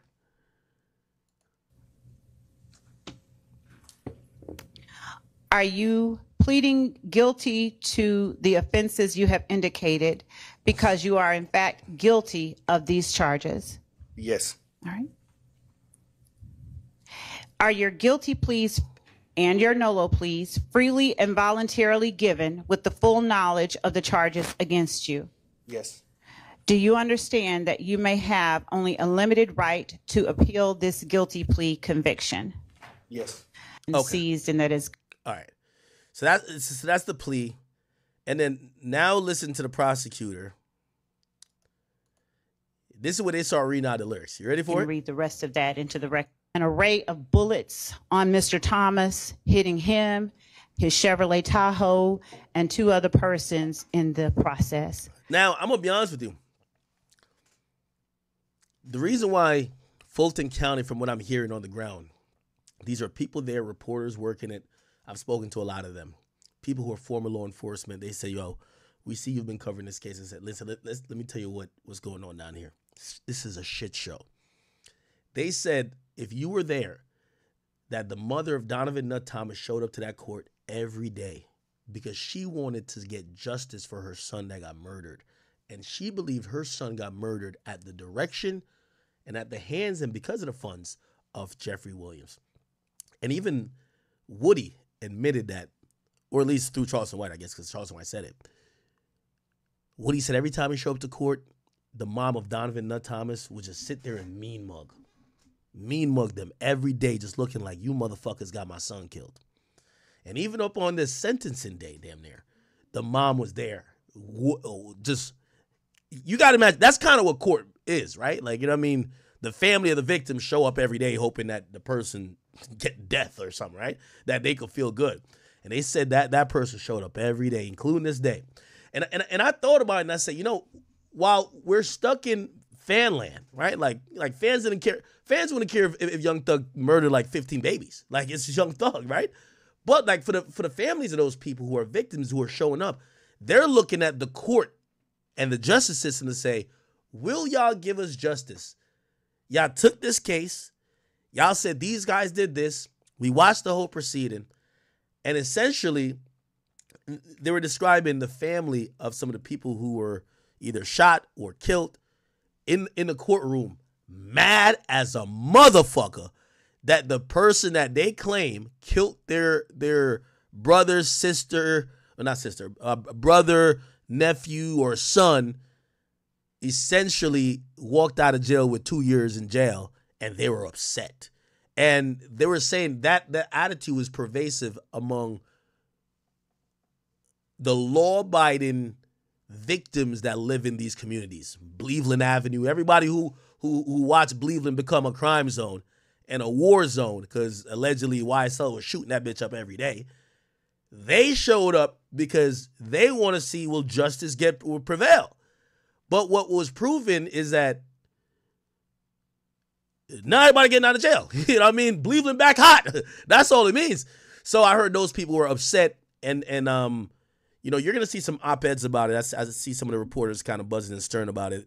They're going to be writing up a lot about the future of the Fulton County DA strategy and trying to convince the community that they could police crime, because a lot of people believe that, you know, even if it wasn't for Thug, right? Like, yeah, maybe you say, all right, you know, it's just too hard to prove that Thug was a part of it. And this is why, like, people, like, no rich guy is going to do the murder himself, right? Like, you're going to pay this guy to tell that guy to do the murder. And you hopefully you fool them niggas with the no snitching shit. So if they don't snitch, you didn't do nothing. So you just remain free. But even the guys who were charged with murder, they all out. So all the murderers, allegedly, they're free. So again, from a fan perspective, we know Young Thug fans wouldn't care if he killed their mama, right? Like, they love Young Thug. But the people who live in these communities, they're mad because it's not only about Young Thug being held accountable. There's 28 other people or 27 other people that were charged with all these crimes that initially the prosecutor was saying there was like 100 murders, or there's been hundreds of shootings that they felt have been connected to YSL. And essentially, nobody go to jail. So that's what those people are upset about, right? Anyway. Mr. Thomas died from those bullets. Phone records show that communication was held between Mr. Williams, Mr. Kelvin Treadwell, Mr. Demise McMullen. Okay, so they're just reading a bunch of stuff that these are the accusation. Obviously, they're reading stuff that they've already talked about in court, but just to remind the judge, let's get to the lyrics. The lyrics had me. Hear this.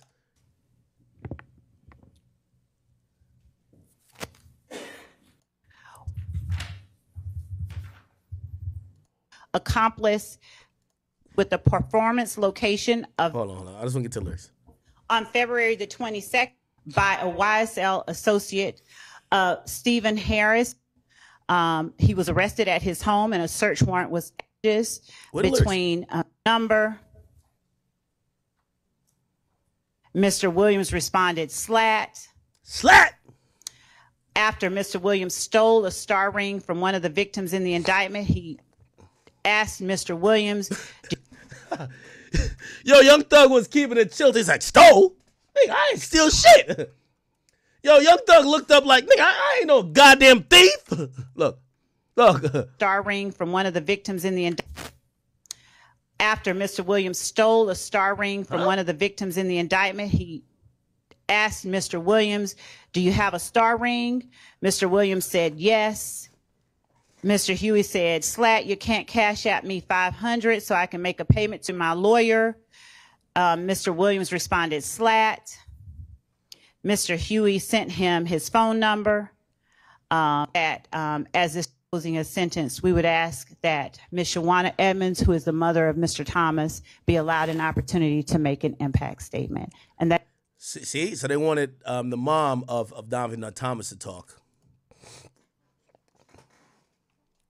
Who is the mother of Mr. Thomas, be allowed an opportunity to make an impact statement. And that is all that we have, unless the court has questions. Okay. Well, What the lyrics at? Defendant Williams released a video on YouTube of a song wherein he states, I shot at his mommy. Now he no longer mentions me. Gangster. Yo, apologies for all the moms that got shot at, man. I'm sorry. Act like you want war and they gonna smoke you like a blunt. In a backwood.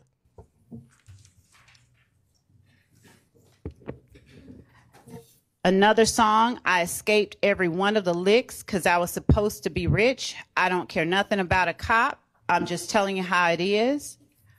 I done did the robbing. I done did the jacking. Now I'm full rapping. Ooh, those are bars, low-key. Gave the lawyer close to $2 million. He handles all the killing. I mean, if I give you $2 million, what you supposed to handle? What's the problem? We don't speak about shit on wax. It's all my business. We know to kill the biggest cats of all kittens.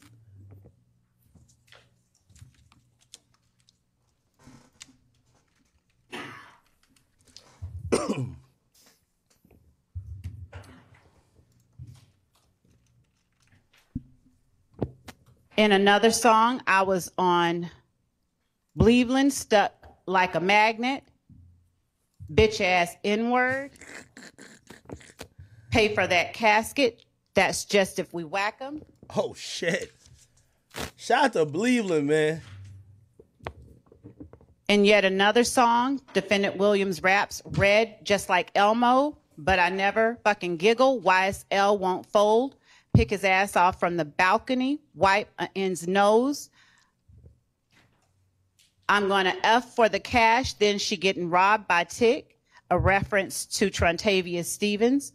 All I ever wanted was the money. Put your hands in the air if you dare. F and N, put him in a wheelchair.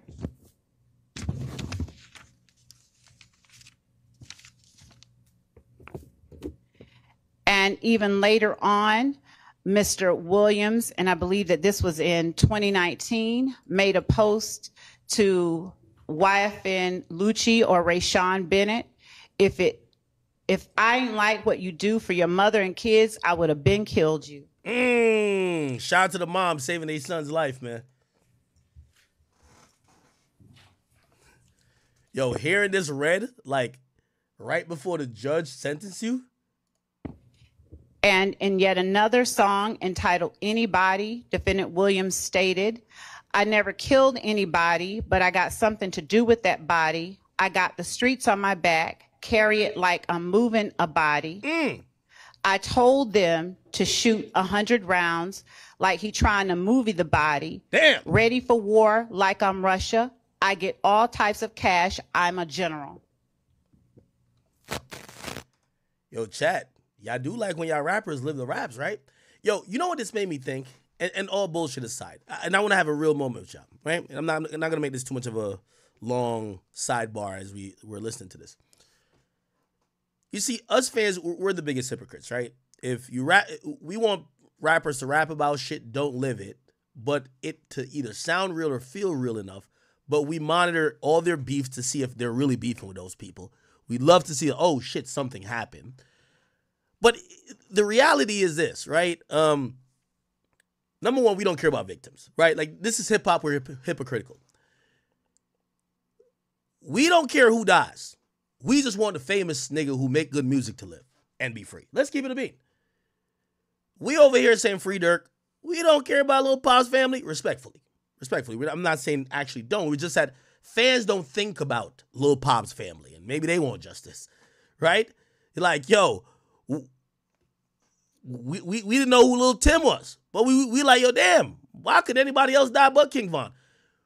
Fans and how we perceive law and crime and justice is very disfigured and disoriented from actual reality because our moral basis, no matter, like, I don't think no fan is like a horrible person, but when it comes to our entertainers, we're very hypocritical, right? These songs, like, first of all, I ain't gonna lie to you, Dirk's music went up by, like, right now it's at, like, I think 60 or 70% it's been up since his murder, right? You know why it's up? Because everybody's realizing he wasn't just rapping, even though a lot of people knew before he wasn't just rapping. But now these lyrics hit a little bit harder. You listen. This is why people drill rap. We listen more when we think it's real. So these guys, you know, we love to be hypocritical. Like, no, they're just expressing themselves. Every time people say that, lyrics shouldn't be used in court. Lil Tecca lyrics won't ever be used in court. But some niggas who's living the life and who's doing the shit that they seemingly are rapping about, it might get used in court. So we're kind of hypocrites in that nature. And I don't know if we acknowledge that we're hypocrites, because here's a reality. If we all love these guys and hope they're smart gangsters, but if Young Thug was doing half the things he was proclaiming to do and he was charged with doing, he should have never been rapping like this. He should never been posting on social media like this. But it kind of adds to the image and the aura that fans buy in. So, like, I'm looking at this with them reading the lyrics, and I'm like, yeah, if I was really getting niggas killed, I probably wouldn't rap about killing people. However, they're feeding that insatiable thirst by fans. Fans want that shit. Y'all, like, King Von's family is forever going to get a $3 to $5 million royalty check every year just off of his streams, old music. I'm going to tell you why. Because fans are obsessed with knowing that this guy was as real as it gets. And when you listen to his lyrics is the epitome of a real life story. We don't give a fuck about the victims who died. We don't give a fuck about the people who got shot in their head. And I'm not talking about Wooski, respectfully. We're just talking about anybody. We're so wrapped up with the thought of we like this rapper, we don't even care about victims, right? Like, I remember even with the 6ix9ine situation, this is before he snitched. When you listen to Who 9, they said Shotty and them hopped out the car, shot someplace up, and a woman got hit. Man, you ain't thinking about that chick. You're like, man, that shit does make Billy go sound harder, right? So, again, we're hypocrites when it comes to this. You know what I mean? Like, honestly, if there was no music associated with this, we would say these are disgusting charges and disgusting allegations. But to be honest, when we hear about this with the rappers we like, we listen to the music and we like, this shit fire. Even more fire.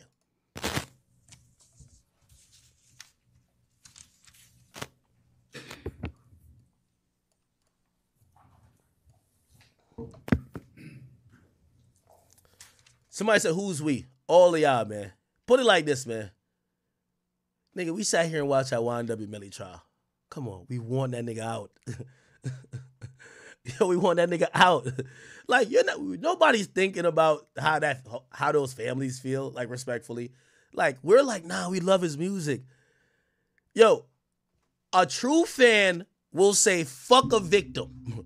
We just want to, it's like let me not bring into some sexual weird shit. I was gonna say, like, it's like R. Kelly fans. R. Kelly fans ain't thinking about them chicks who said they were locked up in the Kelly dungeon. Man, that nigga made Bump and Grind, man. Made 12 Play. Bring him back home. Young Thug made Barter 6. It's lit. Somebody says, not we, you. No, that's not true.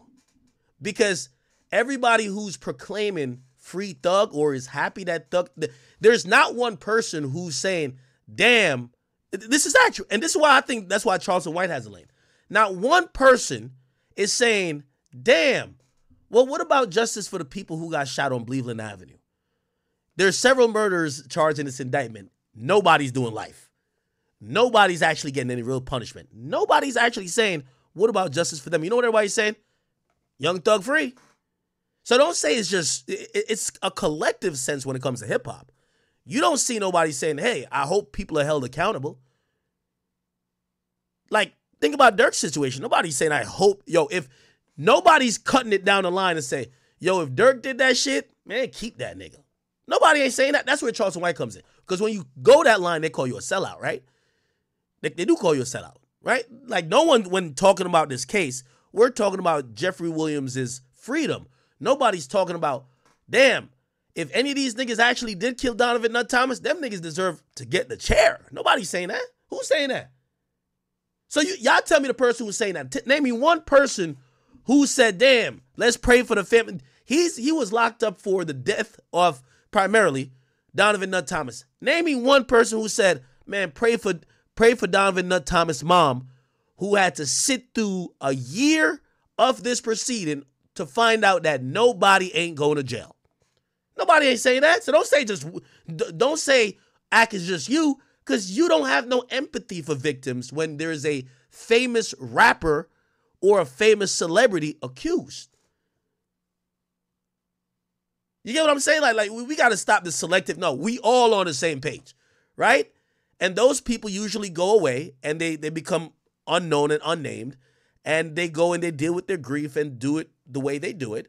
And maybe they come up with some money with a civil suit or something like that. But by and large, what ends up happening is that not one person. Listen, when niggas are saying free Thug, like play this.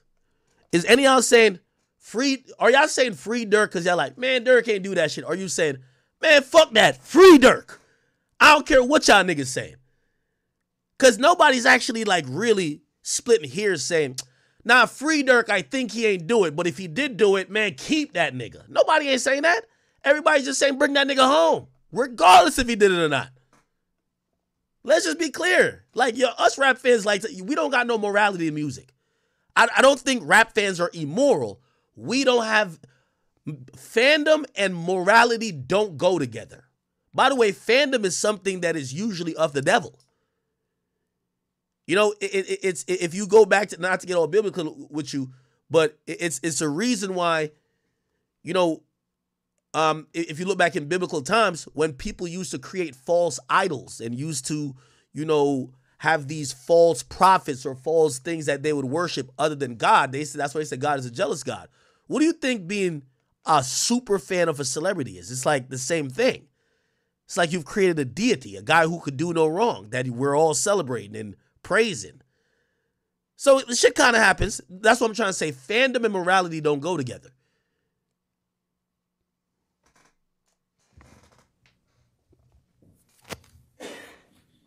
And also, the last thing I'm going to just challenge y'all with, half of these cases I be watching, bro, just true to the core. Like, again, I'm a fan too, so I'm not talking to y'all like I'm talking down to y'all. There's a couple times I'm watching these cases, I'm like, this nigga definitely did it, but still free that man. Because I do like the artist. And I don't have a physical connection or a emotional connection to the victim. I don't feel the pain that they're feeling. I'm not going through what they're feeling. But if you've watched enough of these cases, y'all know deep down in y'all core, despite if we're arguing about evidence here and there, deep down in your core, if somebody be like, you think he did it? You're like, nah, he did do that shit. But, nah, that's my nigga though. Come on. Like, y'all know y'all be thinking that too. Like, deep down, y'all like, did he do it? Y'all be like, yeah, that nigga did do that shit, bro. But, that's my nigga though. Just being honest. It's okay to call out our own hypocrisy. As Mr. Williams' prominence in the music industry rose. Oh, the last thing I'll say with that. Now, some people will say, well, they look at when shit like this happens, let's use this Thug case, like, well, that's the streets. So you can't look at it as right or wrong because every action, there's a reaction. If somebody got killed here, it's probably because somebody got shot over there, there, and there, and that person got killed. And revenge, you know what I mean? If you look at a revenge, like, for example, like, say the duck situation, right? If you just look at that one singular incident, it says, damn, these guys from O Block are just murderers like scums. They're just thugs. But then if you look at it in the fact of most of these killings are just not random. They're retaliatory, ongoing beef, this, that, and then someone dies. And when that's not the only death there.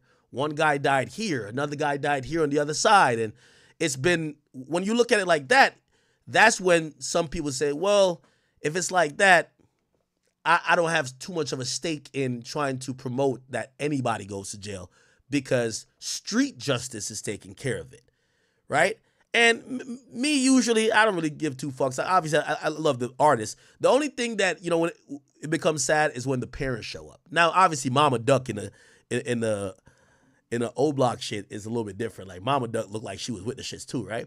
But then when you see like the civilian mom show up like, yo, y'all killed my son, or say somebody got shot, you know, they just are a bystander and they got killed. Now it looks real fucked up. Anyway. His ascension within or in leadership in the gang YSL became more apparent as he rapped and talked about the crimes that YSL There's then a series of calls between Dora Greer and Treadwell, and then Treadwell calls Demise McMullen or Nard. Now, remember when I told you back in the day, I said, yo, Birdman got out of Atlanta and stopped that rich gang shit at the perfect time. He was so smart. You're going to hear them start making allegations with Birdman in this. Some of them that weren't charged, but some of them that were going to be fodder for the evidence that kind of loop in Jimmy Winfrey Roscoe, and Thug. Hear this. All of those calls happened within 15 minutes of the 911 call. And as I have stated before, the calls happen. And then there's then a series of calls. And then immediately after that call, Mr. Williams calls his sister Dora Greer and then calls Kelvin Treadwell. There's then a series of itself. Here we go. The conflict between YSL and members of IF Gang continued. Black and red Mercedes-Benz G-Wagon. And do for your mother and kids, I would have been killed you. 2020 in Lucci. Williams responded, slat, handle that, I got you. FASHO. I've been out the way and appreciate you for everything, my brother. Never about money with me. I'm built on loyalty. Mr. Williams responded, slat, handle that, I got you. Through text messages and on a separate occasion, Mr. Huey said and conveyed to Mr. Williams that he would sit down for any one of them. And I believe that to be a reference of going to jail. Back and forth shootings back in 2015. On February 9th, 2022, Rashawn Bennett was stabbed by Jaden Myrick at the Fulton County Jail. And after that stabbing, Mr. Myrick reached out multiple times to Mr. Adams for some type of compensation for the stabbing. Mr. Adams reached out to Mr. Garlington about the payment. 2022, here we go. A shooting by a YSL associate, Stephen Harris in YFN territory occurred. That's picturing him, Mr. Shamel Drinks, and Mr. Jasper Walters. Mr. Garlington and also found was the machine gun with which the defendant has been charged in this indictment. This was subsequently arrested along with other YSL members. A lawyer was going to go and talk to another YSL associate, asking Mr. Williams to send him some money to pay his lawyer off. Mr. Williams assured him through his responses, slat, that he would take care of them. In May 2019, he got away with robberies. And what happened? A flyer to Marquavius Hewitt. I've been out the way. Mr. Bennett. I'm trying to find the part where they talk about Birdman a few. 11th through March 14th, there were a number of social media posts going back and forth between members of YSL and YFN. Later, within this indictment, has been shown throughout the course of this trial. Asked Mr. Williams, do you have a star ring? Closing a sentence. I'm going to F for the cash. Then she getting robbed by Mr. Rashawn Bennett's home. Shootings at Mr. Darren Mills' mother's home. And I said Mr. Rashawn Bennett's mother's home. Shootings unrelated to the... Yo, one thing I got to say about Young Thug and his homies, you diss him, your mama house getting shot up. Jesus Christ. Conflict with members of IF Gang, of a Lil Wayne tour bus. Okay, here we go. That shooting followed the confronting by Atlanta Police Department of members of YSL that drove to the compound where Lil Wayne was making an appearance and who drove there with the intent to disrupt and cause harm and to shoot up Lil Wayne's tour bus. Lil Wayne was another artist with whom Mr. Williams was having conflict, according to the testimony that had been presented. Mr. Williams had come out at that time with a mixtape that carried the name of an album that Mr. Carter was set to release and was not able to because his label would not allow that to happen. That caused a contractual or the threat of a lawsuit. It caused Mr. Williams angst. He posted about it. He said derogatory things about the persons who were threatening him with the lawsuit. And as a result, he had to rename his mixtape to something different than what he initially intended. The person who ultimately was convicted of shooting that tour bus up, Jimmy Winfrey, is a person that I believe that recordings have come in regarding jail phone calls, rather, from Mr. Winfrey and members of YSL regarding communication about getting a lawyer. Following the shootings that occurred in 2015, music, social media postings, indicted co-conspirators. Okay, anyway.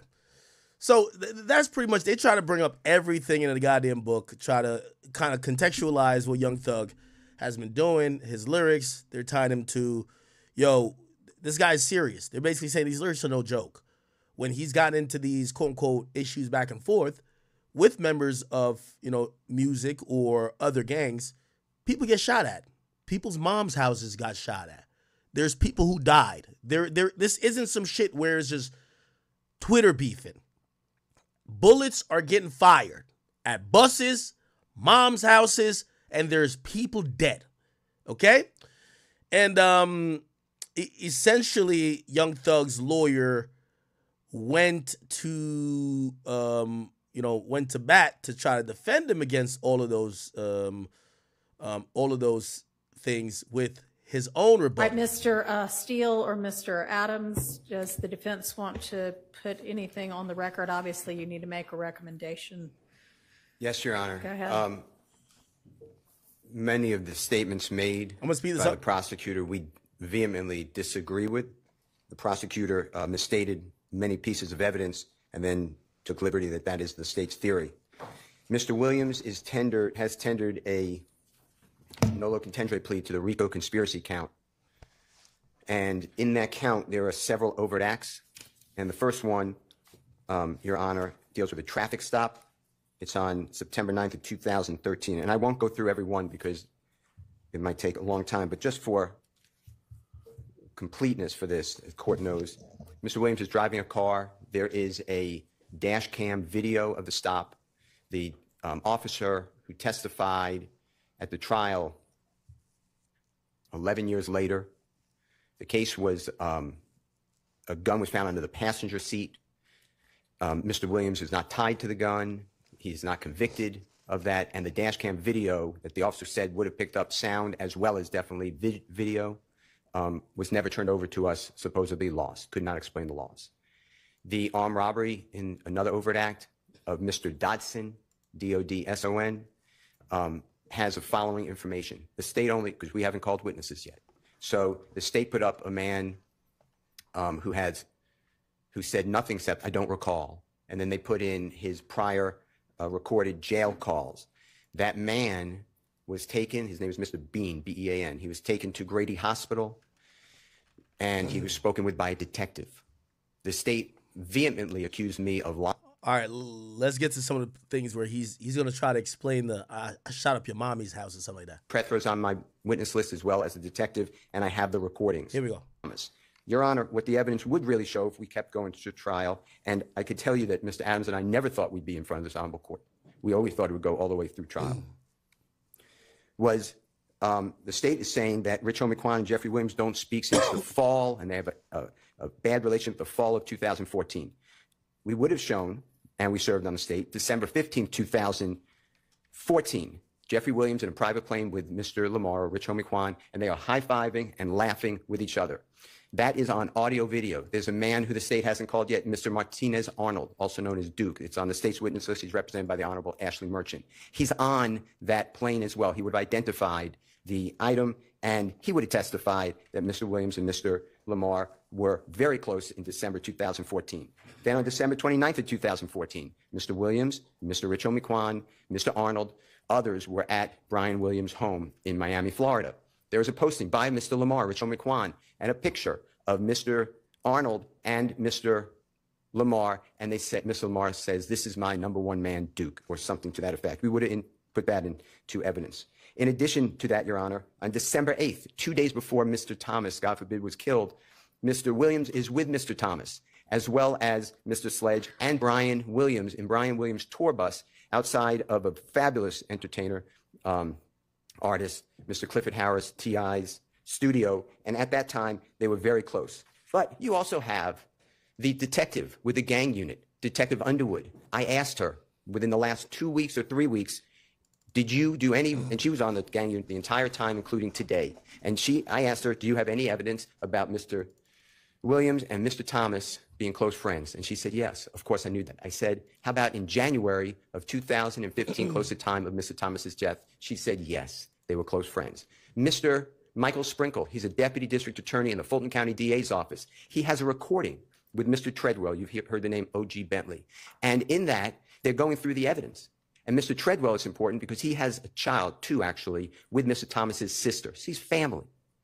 And Mr. Sprinkle states this is 2018. This is after the rental car. This is after all of the interviews of Mr. Copeland. This is after the interviews of Mr. Zachary. Mr. Sprinkle's in some of those interviews with Mr. Zachary. Mr. Sprinkle on tape. Let's go a little bit further for him because there are all these people around Miami, and Mr. Williams stays at a separate location than they know this person. He would always take people who can't afford it on airplanes, on buses, on tours, to his concerts. He let everyone go because, Your Honor, they never left that area. He wanted to show people you have an opportunity. The world is big. Mr. Williams gave jobs to everybody who'd want to work. He'd give them jobs and security, and I'm not insulting them. They really weren't their jobs, but they were being mentored, but they were given titles and tried to give them respect and opportunity. But if they did not wish to work, Mr. Williams would not allow them to work with them. This has all been turned on its head by the state. The fact that the state has put in Mr. Williams' lyrics are offensive. Mr. Williams has tens of thousands of recordings. On our witness list, we are bringing in all of his people, his recording artists, his engineers, his managers, his record label, and an expert, the Honorable Dr. Eric Nielsen, to talk about how Mr. Williams creates his music. His music is then changed around and merged. Mr. Williams, some of the lyrics you just heard are not even uttered by Mr. Williams. The state has no idea when these lyrics were made. Some of them were made before the shooting of Donovan Thomas that the state is saying this applies to the Donovan Thomas killing with the Tahoe. They are so far afield of where we need to be when we are trying to, God forbid, take somebody's liberty, Your Honor. The state is talking about things like F the judge and I rep my life for real. That's not even said by Mr. Williams. But they don't care to find out. They are on a tunnel vision to try to convict a man who should not be convicted. The statement about I never killed nobody, but I got something to do with that body. If the state just bothered to talk with anybody, that is a Nicki Minaj song with Jeffrey Williams. It is written by Nicki Minaj. That is on the text messages I gave, not the text message, the Instagram or Twitter rather, that I gave to the state. That is out well before this, but the state doesn't care. This is out. You look at Thug. Thug like, damn, where you getting this shit from? This is good. In 2015 or 16 or 17 or 18, I can't remember, I think 18, where Mr. Williams was asked who wrote Anybody, and his response is Anybody was written by Nicki Minaj, and it was. But it was really written and sung. It's a takeoff of a song by Tupac. There's a song that it parallels, which is an inspiration. But here we are with the state. Also, I never killed nobody, but I got something to do with the body. The next line comes up is it's a truancy body. The state can't explain that, so they just conveniently leave it out. Your Honor, there were wiretaps on this case. Mr. Williams, it was going to come out, there was an application to wiretap his phone. The state never presented to a judge. That speaks volumes. The leader of the YSL criminal street gang, who's been involved from 2012 until his arrest, and even according to the state while we sit here, they never even tried to wiretap his phone. It might have been because they don't really know what his phone number is. So all these communications you're being told about with Mr. Huey, I'm not so sure the state could have gotten anybody to say that's Mr. Williams' phone. This is how the trial has gone for us. But we sit here for almost 2 years since we did our jury selection initiation on January 4th, 2023. Mr. Williams has been sitting in a jail since May 9th, 2022. This is 2.5 years waiting for the conclusion of the state's case and a verdict from the jury, and that's why he is tendering this plea. I'm telling the court this, and the court knows when you came out the first time, it's very hard for Mr. Williams. I am not supportive of what we're doing right now. I'm not against it. But I told Mr. Williams, you okay with me saying that? I told Mr. Williams that I think we're winning the trial and we should go to verdict. But he told me I can't wait another 3 months if there is any possibility I could go home because I have children that are hurting. Damn. I have things to do, and he has some medical issues that he would like to tend to. He eats out of a bag, Your Honor. That nigga got a full balls. He needs draining. Mariah the scientist, where you at, shorty? He eats processed food only. He gained 75 pounds during trial. He's lost it since. But it is hard. You know, for me, it's only 3 more months. It's enjoyable, actually. I enjoy coming. It's not that enjoyable for Mr. Williams. He told me he wakes up. He wakes up every day, and it's another day in HE blank blank. Your Honor, the state is talking about, in this case, they put in social media. This honorable court was not here. Okay, they're going to try to explain the beef with him and wife and Lucia when he says, if I ain't like what you do for your family, I would kill your mother. No, I would kill you, nigga. But the state put in... Let me grab a soda. That Mr. Williams, in the indictment, Mr. Williams put out a call for murder. He put $24 million murder for hire on a person's head. That is a lot of money, and that is awful. If they would have read the chat, the Instagram chat, Mr. Williams, right above it, there's a picture of a very well-known, very accomplished musical artist who actually had surgically implanted in his forehead a pink diamond worth $24 million that day. That's what Mr. Williams was talking about. That's the type of evidence that is coming from the state of Georgia in this case. Damn. It is wrong. This is all wrong. And I know we're pleading guilty, and I know we're pleading nolo, and I know we're asking this honorable court for a certain sentence, and we'll get to it with the court's permission. But this is the type of evidence that there is. But it is holding this man hostage. And that's not really what we're supposed to do, district attorney time, in the state of Georgia or anywhere. The state then, because I opened on that, then they never bothered to put in all of the chats. Why did it take me to read the chats? In addition to that, going back to Donovan Thomas, talk about Mr. Williams involved, the state did a geofence. A geofence tracks his devices. It doesn't have to be a phone. It could be an iPad. It could be any type of electronic device that targets and is used. You don't have to be on the phone. It's the contact. If he has an app open, it'll capture it. And the state targeted the McDonald's, where they keep saying that Mr. Williams met with people there. They targeted the barbershop where, God forbid, the killing occurred. And they targeted a third location, no, 2 locations.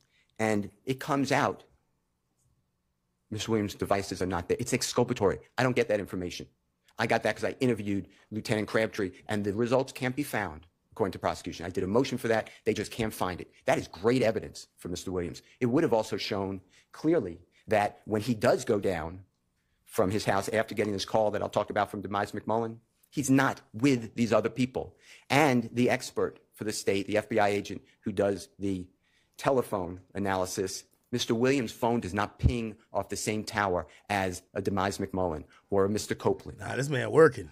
Or a Mr. Garlington or house. Okay. Mr. Williams opens up any of a car that he has. He'll rent cars for people. Any home he has. Of course, I rent mad cars. Who knows? Might be the car that kill a nigga, but who cares? Not this lawyer working. He will allow people to live in hotels because people that he knows, unfortunately, are homeless. And he gives them all places to stay, cars to drive around. He is not involved in criminal activity. Mr. Williams just got back in our country. His passport shows it. Right before he was arrested on May 9th of 2022, there were other people in that house with the drugs and the guns. There were people whose the guns are in their names. They were going to come in court and claim the guns.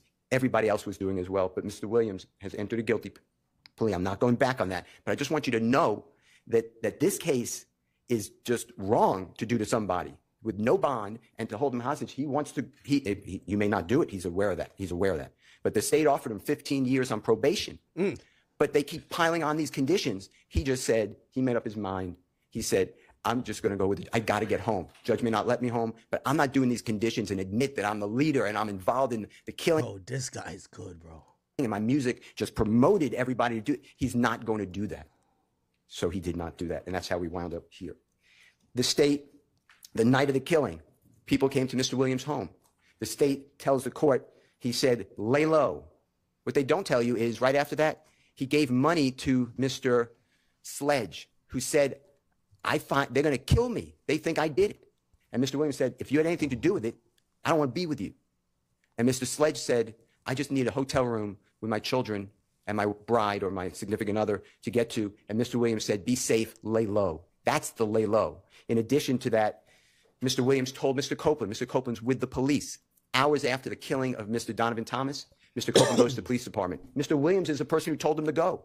Mr. Copeland said, what do I do? They're shooting at my house, at my family's house, at my significant other's mother's house. And Mr. Williams said, if you had anything to do with the murder, get out of here.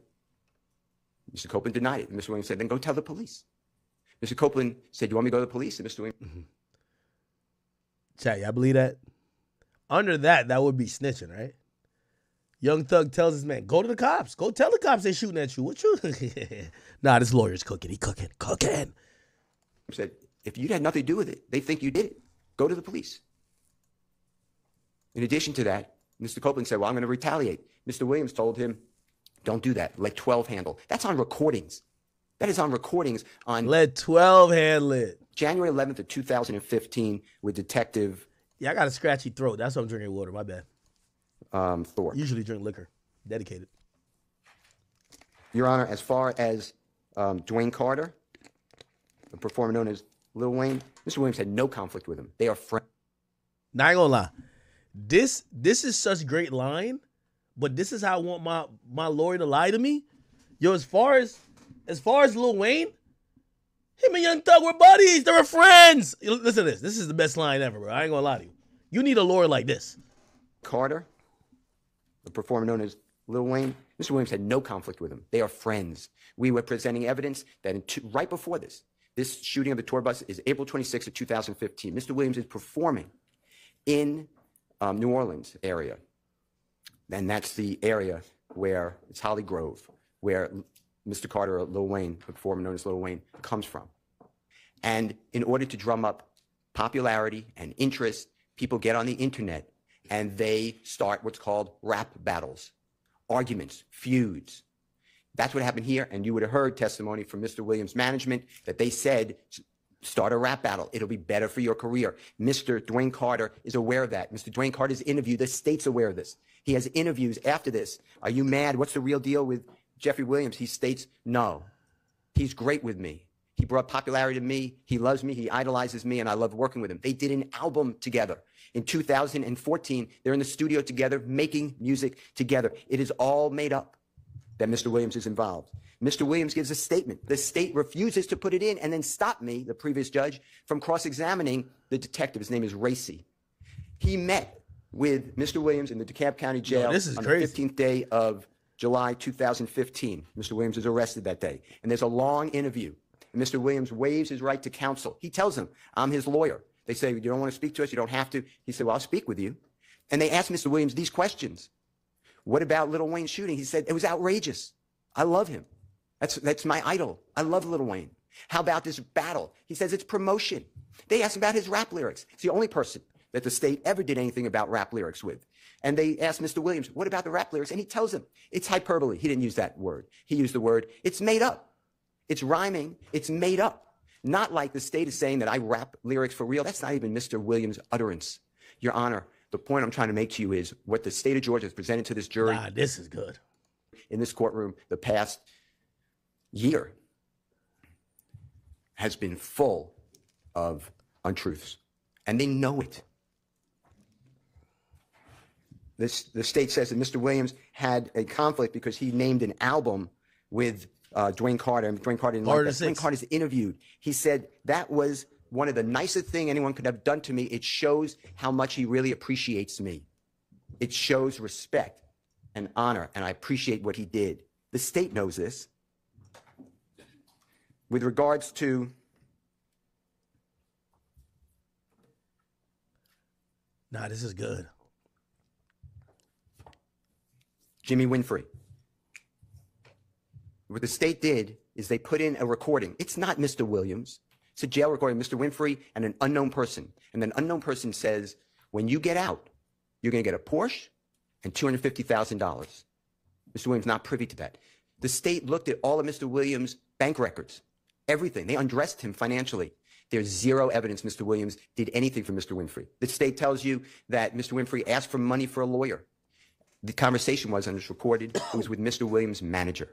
And Jimmy Winfrey said, I need to show that I was gainfully employed for the court. Can you get me something from YSL? And the manager said, yeah, if we have it, and if it's true, yes, you can have it. That is it. There's no evidence that Mr. Williams paid for anybody's lawyer, Mr. Winfrey or otherwise. In addition to that, Your Honor, the social media postings with Mr. Rashawn Bennett, also known as... If he could explain how Young Thug said, I'm going to kill you, this is the lawyer of the century. YFN Lucci. So Mr. Williams, the state tells Mr. Bennett on social media, I would have killed you if I didn't like the way you take care of your mother and children. That is the... Chat, there's no way you can explain this. Like, that shit was so wild. That was like one of them posts that says, lock me up and throw away the keys. No way you can explain that. That is the post. What they don't tell you is Mr. Bennett, who is also, to his credit, trying to drum up his career. Mr. Bennett is picking on Mr. Williams, who's a much higher profile artist than Mr. Bennett at that time. And Mr. Bennett is saying that he slept with Mr. Williams' fiance, Jericho, while Mr. Williams and she are a significant couple, that Mr. Williams' music is awful. Nobody should listen to his music ever. Mr. Williams responds by saying, we can do an album together if you want. Stop this. The man continues of how he's sleeping with Mr. Williams' significant other. And then Mr. Williams responds by saying, I would have killed you except for what you do. That is the context that they don't tell you about. And Mr. Williams did nothing to Mr. Bennett. In fact, the evidence would have shown, if we had time or we would have gone forward, that Mr. Bennett and Mr. Williams are on the red carpet receiving awards in California, sitting right next to each other and taking photographs. This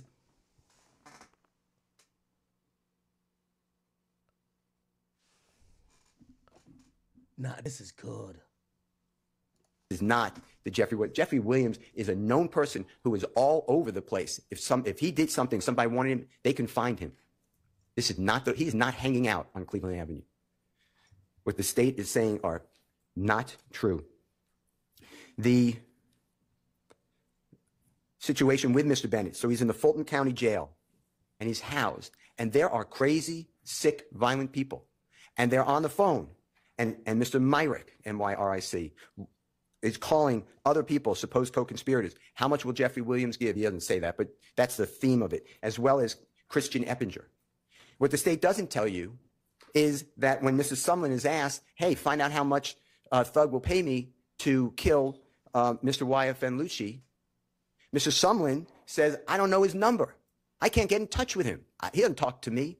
And that's because, Your Honor, since 2015, and he means no insult, but Jeffrey Williams has had zero contact with Shannon Stillwell until this case. Oh, shit. Kenneth Copeland, Demekian Garlington. Isn't Kenneth Copeland YSL Woody? Justin Cobb, Demise McMullen, Mr. Sledge, Mr. Murphy. Damn. All these people. This is a lie. This is a 100% lie, and that's why we tendered a NOLO plea to being a leader of a criminal street gang. Mr. Williams is not a leader. King Slime ain't no fucking leader. Y'all niggas trying to set him up. King Slime don't pull no shots. He's not the man behind the shadows. He don't get no niggas clipped. Fuck is y'all talking about? In fact, if we're going to go forward, on Mr. Huey's phone, there are conversations with Mr. Copeland. And they both say how Jeffrey Williams is a zero and F him. And they don't talk to him, and Jeffrey Williams never does anything for them. Mr. Huey, Mr. Williams met later. He met him closer in the time of 2020. Mr. Huey's father went through a horrible episode that Mr. Williams knew, and that's how Mr. Williams knew his son, who's Mr. Huey. And Mr. Huey's on hard times, and Mr. Huey's making mistakes. And Mr. Huey, supposedly, Mr. Williams believes, armed robbed a man named Chandler Durham, D-U-R-H-A-M.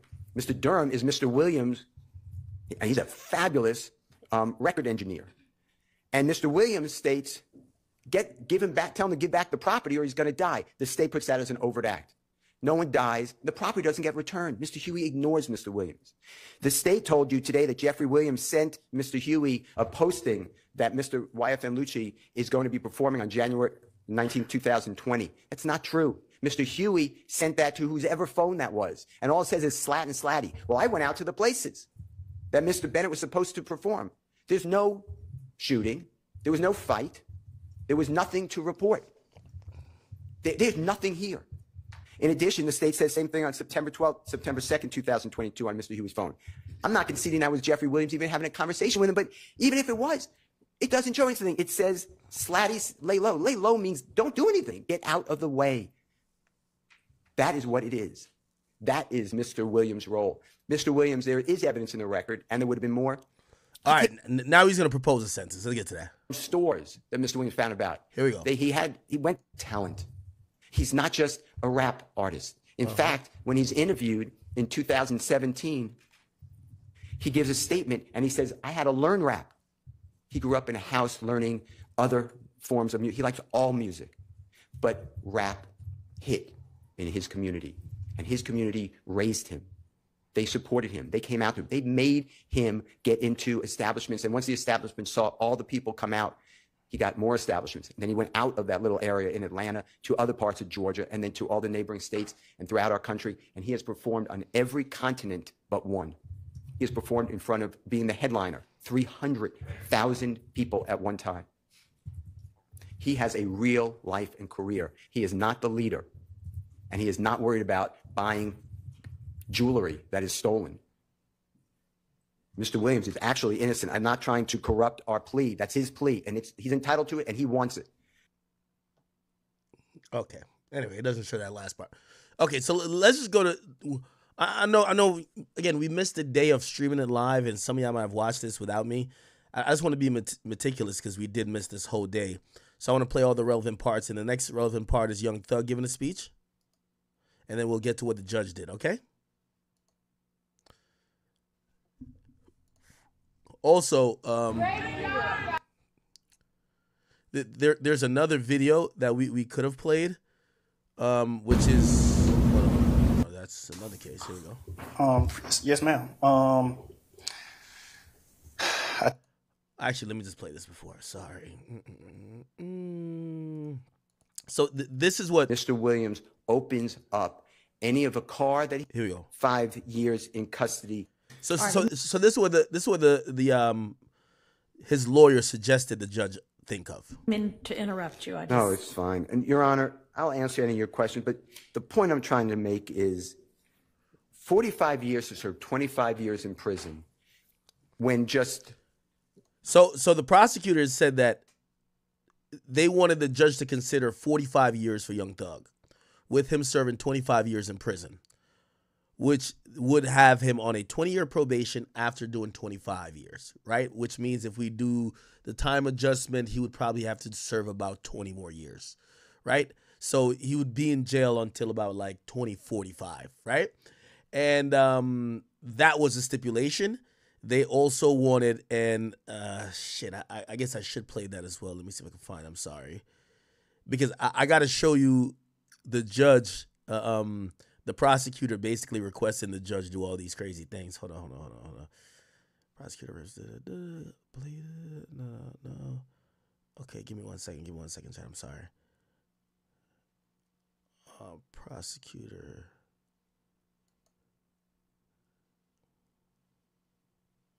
I don't know if we got it. We probably don't have it. The armed robbery. Let me see. I checked on that, Your Honor, with respect to count one. As a co-conspirator, Mr. Williams is responsible for all of the acts of the other co-conspirators, the overt acts. The overt act of the murder of Donovan Thomas is one of those acts. I know, and this trial is not complete, and so y'all have not yet proven that.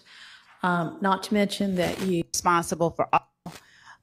Given that those negotiations have broken down. We are asking that the court sentence Mr. Williams as we have asked earlier.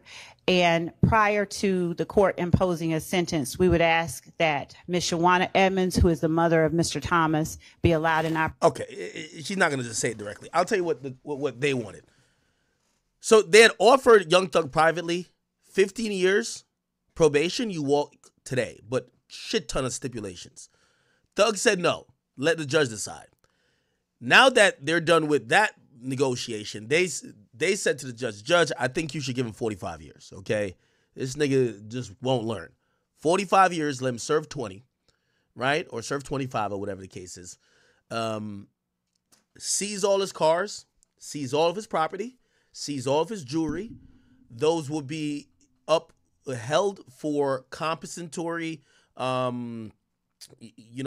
restitution in terms of the damages that was caused by all of this YSL shit for the victims, and ban him from Atlanta. And there was a couple more other stipulations. There was a lot that was there. Actually, I think it's written out somewhere. Let me see if I can find it.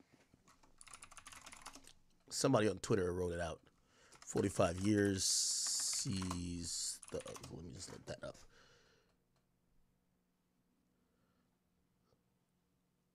Where it is. Fuck, I can't see it. Anyway, it was some wild ass plea. You feel what I'm saying? And essentially, that's when you had Brian Steele come back around and said, yo, judge, they're playing games. They offered us privately 15 years of probation and we walk home. Right? Also, the judge brings up, how do y'all want him to, why are y'all suggesting 45 when that murder hasn't been adjudicated and no one has pled guilty for it yet? You get what I'm saying? And he wasn't charged with the murder. And actually, the other guys who were charged with murder, they didn't plead guilty to murder. So how is he taking, how can I punish him for a murder when we don't have any of the murderers? Even if you're saying he was responsible for the murder happening, how does that work? Anyway, and by the way, I think Yak Gotti, actually, I don't know if Yak Gotti do have a murder on his thing. Okay, cool. So let's get to Young Thug's speech real quick. And I'm sorry for dragging this out, but again, we missed that whole day. Here's Young Thug's speech. I take full responsibility for, my crimes or my charges. I want to say sorry to my family, my mom. My mom got 11 kids. I can't say all their names, my managers, my kids that's not here. Really everybody that got something to do with this situation, I want to say sorry for just having so much time investing into this, and I am a smart guy, I am a good guy, and I really got a good heart, I find myself in a lot of stuff because I was just nice or cool, and I understand that you can't be that way when you reach a certain height because it could end bad, and it don't really have to have nothing to do with you, but it could end bad and it could, fall on you. And I know the choice is yours, it's up to you, and I hope that you allow me to go home today and just trust in me to just do the right thing and never see you again unless it's at a bar in the future or something. Just out of this type of situation, I promise you I won't ever be in this type of situation again. I'm going away. I've learned from my mistakes. I come from nothing and I've made something and I didn't take full advantage of it. I'm sorry. Through these last 2.5 years of my life, you are really, truly, honestly, the best thing that has happened to me because you made everything fair. Get them tears, my boy. It's all good. It's all good. Yeah, get them tears, my boy. Let's get it. For me and everybody involved on both sides, Yo, the judge right now, her pussy wet. She's like, oh, shit.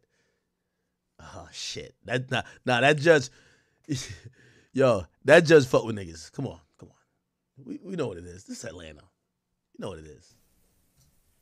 I'm sorry to the sheriff, everybody for just having to put extra time in. I know y'all got paid more money, but Oh, shit. Nigga got jokes. I know y'all got paid more money. I'm sorry for y'all having to put this extra time in to be away from y'all family, and I just hope that you find it in your heart to allow me to go home and be with my family and just do better as a person. I know what I bring to the table. I know what I am. I know the heights I've reached. I know the impact I got on people, period, in the community, all people.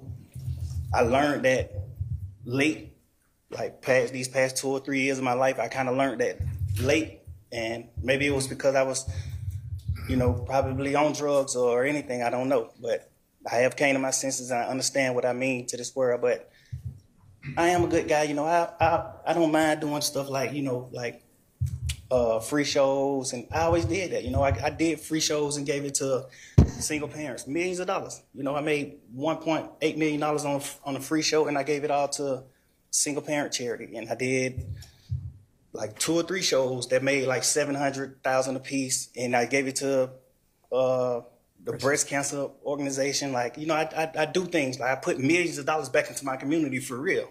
I really did. I did more than anybody ever did from my side, But I understand, rap lyrics. I understand how it could be twisted. I understand what it could do to the mind of people. I understand all that, and I promise you I'm 100% changing that. It's just, I'm older, I'm grown now, and it's just like, I'm smarter. It's more things to rap about. Like, I've experienced a lot of good things. I experienced more bad things, but I experienced a lot of good things too. And yo, they said, all right, hold on. Anyway, I can go forever. Well, I appreciate it. And I appreciate that you do realize how much of an impact you have on people. It's past your neighborhood. It's worldwide, especially young people. And having come up from where you came up from and living in and around that, that gangs are damaging to our community. And it may be that a whole lot of rap music and the rap industry is, honestly, it sounds like a modern day version of kind of WWE wrestling that used to be on television, where people would just get up and posture and act like they hated each other. And it may be that that's a lot of what is going on in the music industry with rap. But whether it is fake or not, it has tremendous impact on kids and young people who think, this is cool, this is what I want to do. Look at him, he's a millionaire. I can do that by being, a gangster in the streets. And that's not true. What you're likely to have happen to you if you're a gangster in the streets is you get shot, you get killed, or you get thrown in prison. And those are, by far the most likely outcomes. And, you've been in here watching the trial, and you've seen the pictures of Mr. Ryan posing with a gun as big as he is at 15 years old and going out and shooting and killing another teenager. And that's what gangs do, and that's unfortunately a lot of what rap music does. And if you are a modern day John Lennon, he might have rapped too in this day and age. I don't know, but I know you're talented. The judge got some jokes. Ah, man. And yo, I'm telling you, man, the judge was fucking with that bar to 6, man. The bar to 6 bumming. Listen, man, this is what the judge is bumping on the way to court, man. Come on, man. The cooler like Akon. Fuck all the bullshit. Got the 6 coming. The bar to 6 coming, yeah. The bar to 6 bumming. The bar to 6 bumming, yeah. Come on, man. And even if you choose to continue to rap, You need to try to use your influence to let kids know that that is not the way to go, and that there are ways out of poverty besides hooking up with the powerful guy at the end of the street selling drugs. And, you know, I know that happens for protection sometimes, but a much better way would be getting an education and setting, you know, hanging around with people who set a good example. And you be one of those people that sets a good example. I mean, So there is a high potential that the YSL trial will end in a mistrial. I'm not really surprised about this, honestly, at all. It's literally the whole trial is all over the place. You know, they basically gave everyone a plea because they want to take down Thug, and then everyone with a plea, you know, it's a very ignorant people, and they're just trying to do a little runaround, but they're not necessarily the smartest of people doing the little runaround. So it's like, oh my gosh, we gave them this plea deal. They said one thing in the interrogation room. Now they're here acting like they don't know anything, like the YSL Woodies. And man, the type of mistrial that the judge said, honestly, Young Thug's just gonna get tried all over again. Honestly, like if you want to keep it a bean, they're not gonna throw this case away. Like YNW Melly trial, how it got a mistrial, and they just literally instantly restarted it. It's gonna be the same way. They can't let it go. I really think they should just give Thug or try and give him a plea deal. I hope he gets a plea deal. I hope he gets out. Honestly, like 5 years time served. I feel like that's good, but if a murder is involved, who knows how long it's gonna be, man. It's your boy Big Act News. Make sure you like, subscribe, and I am out.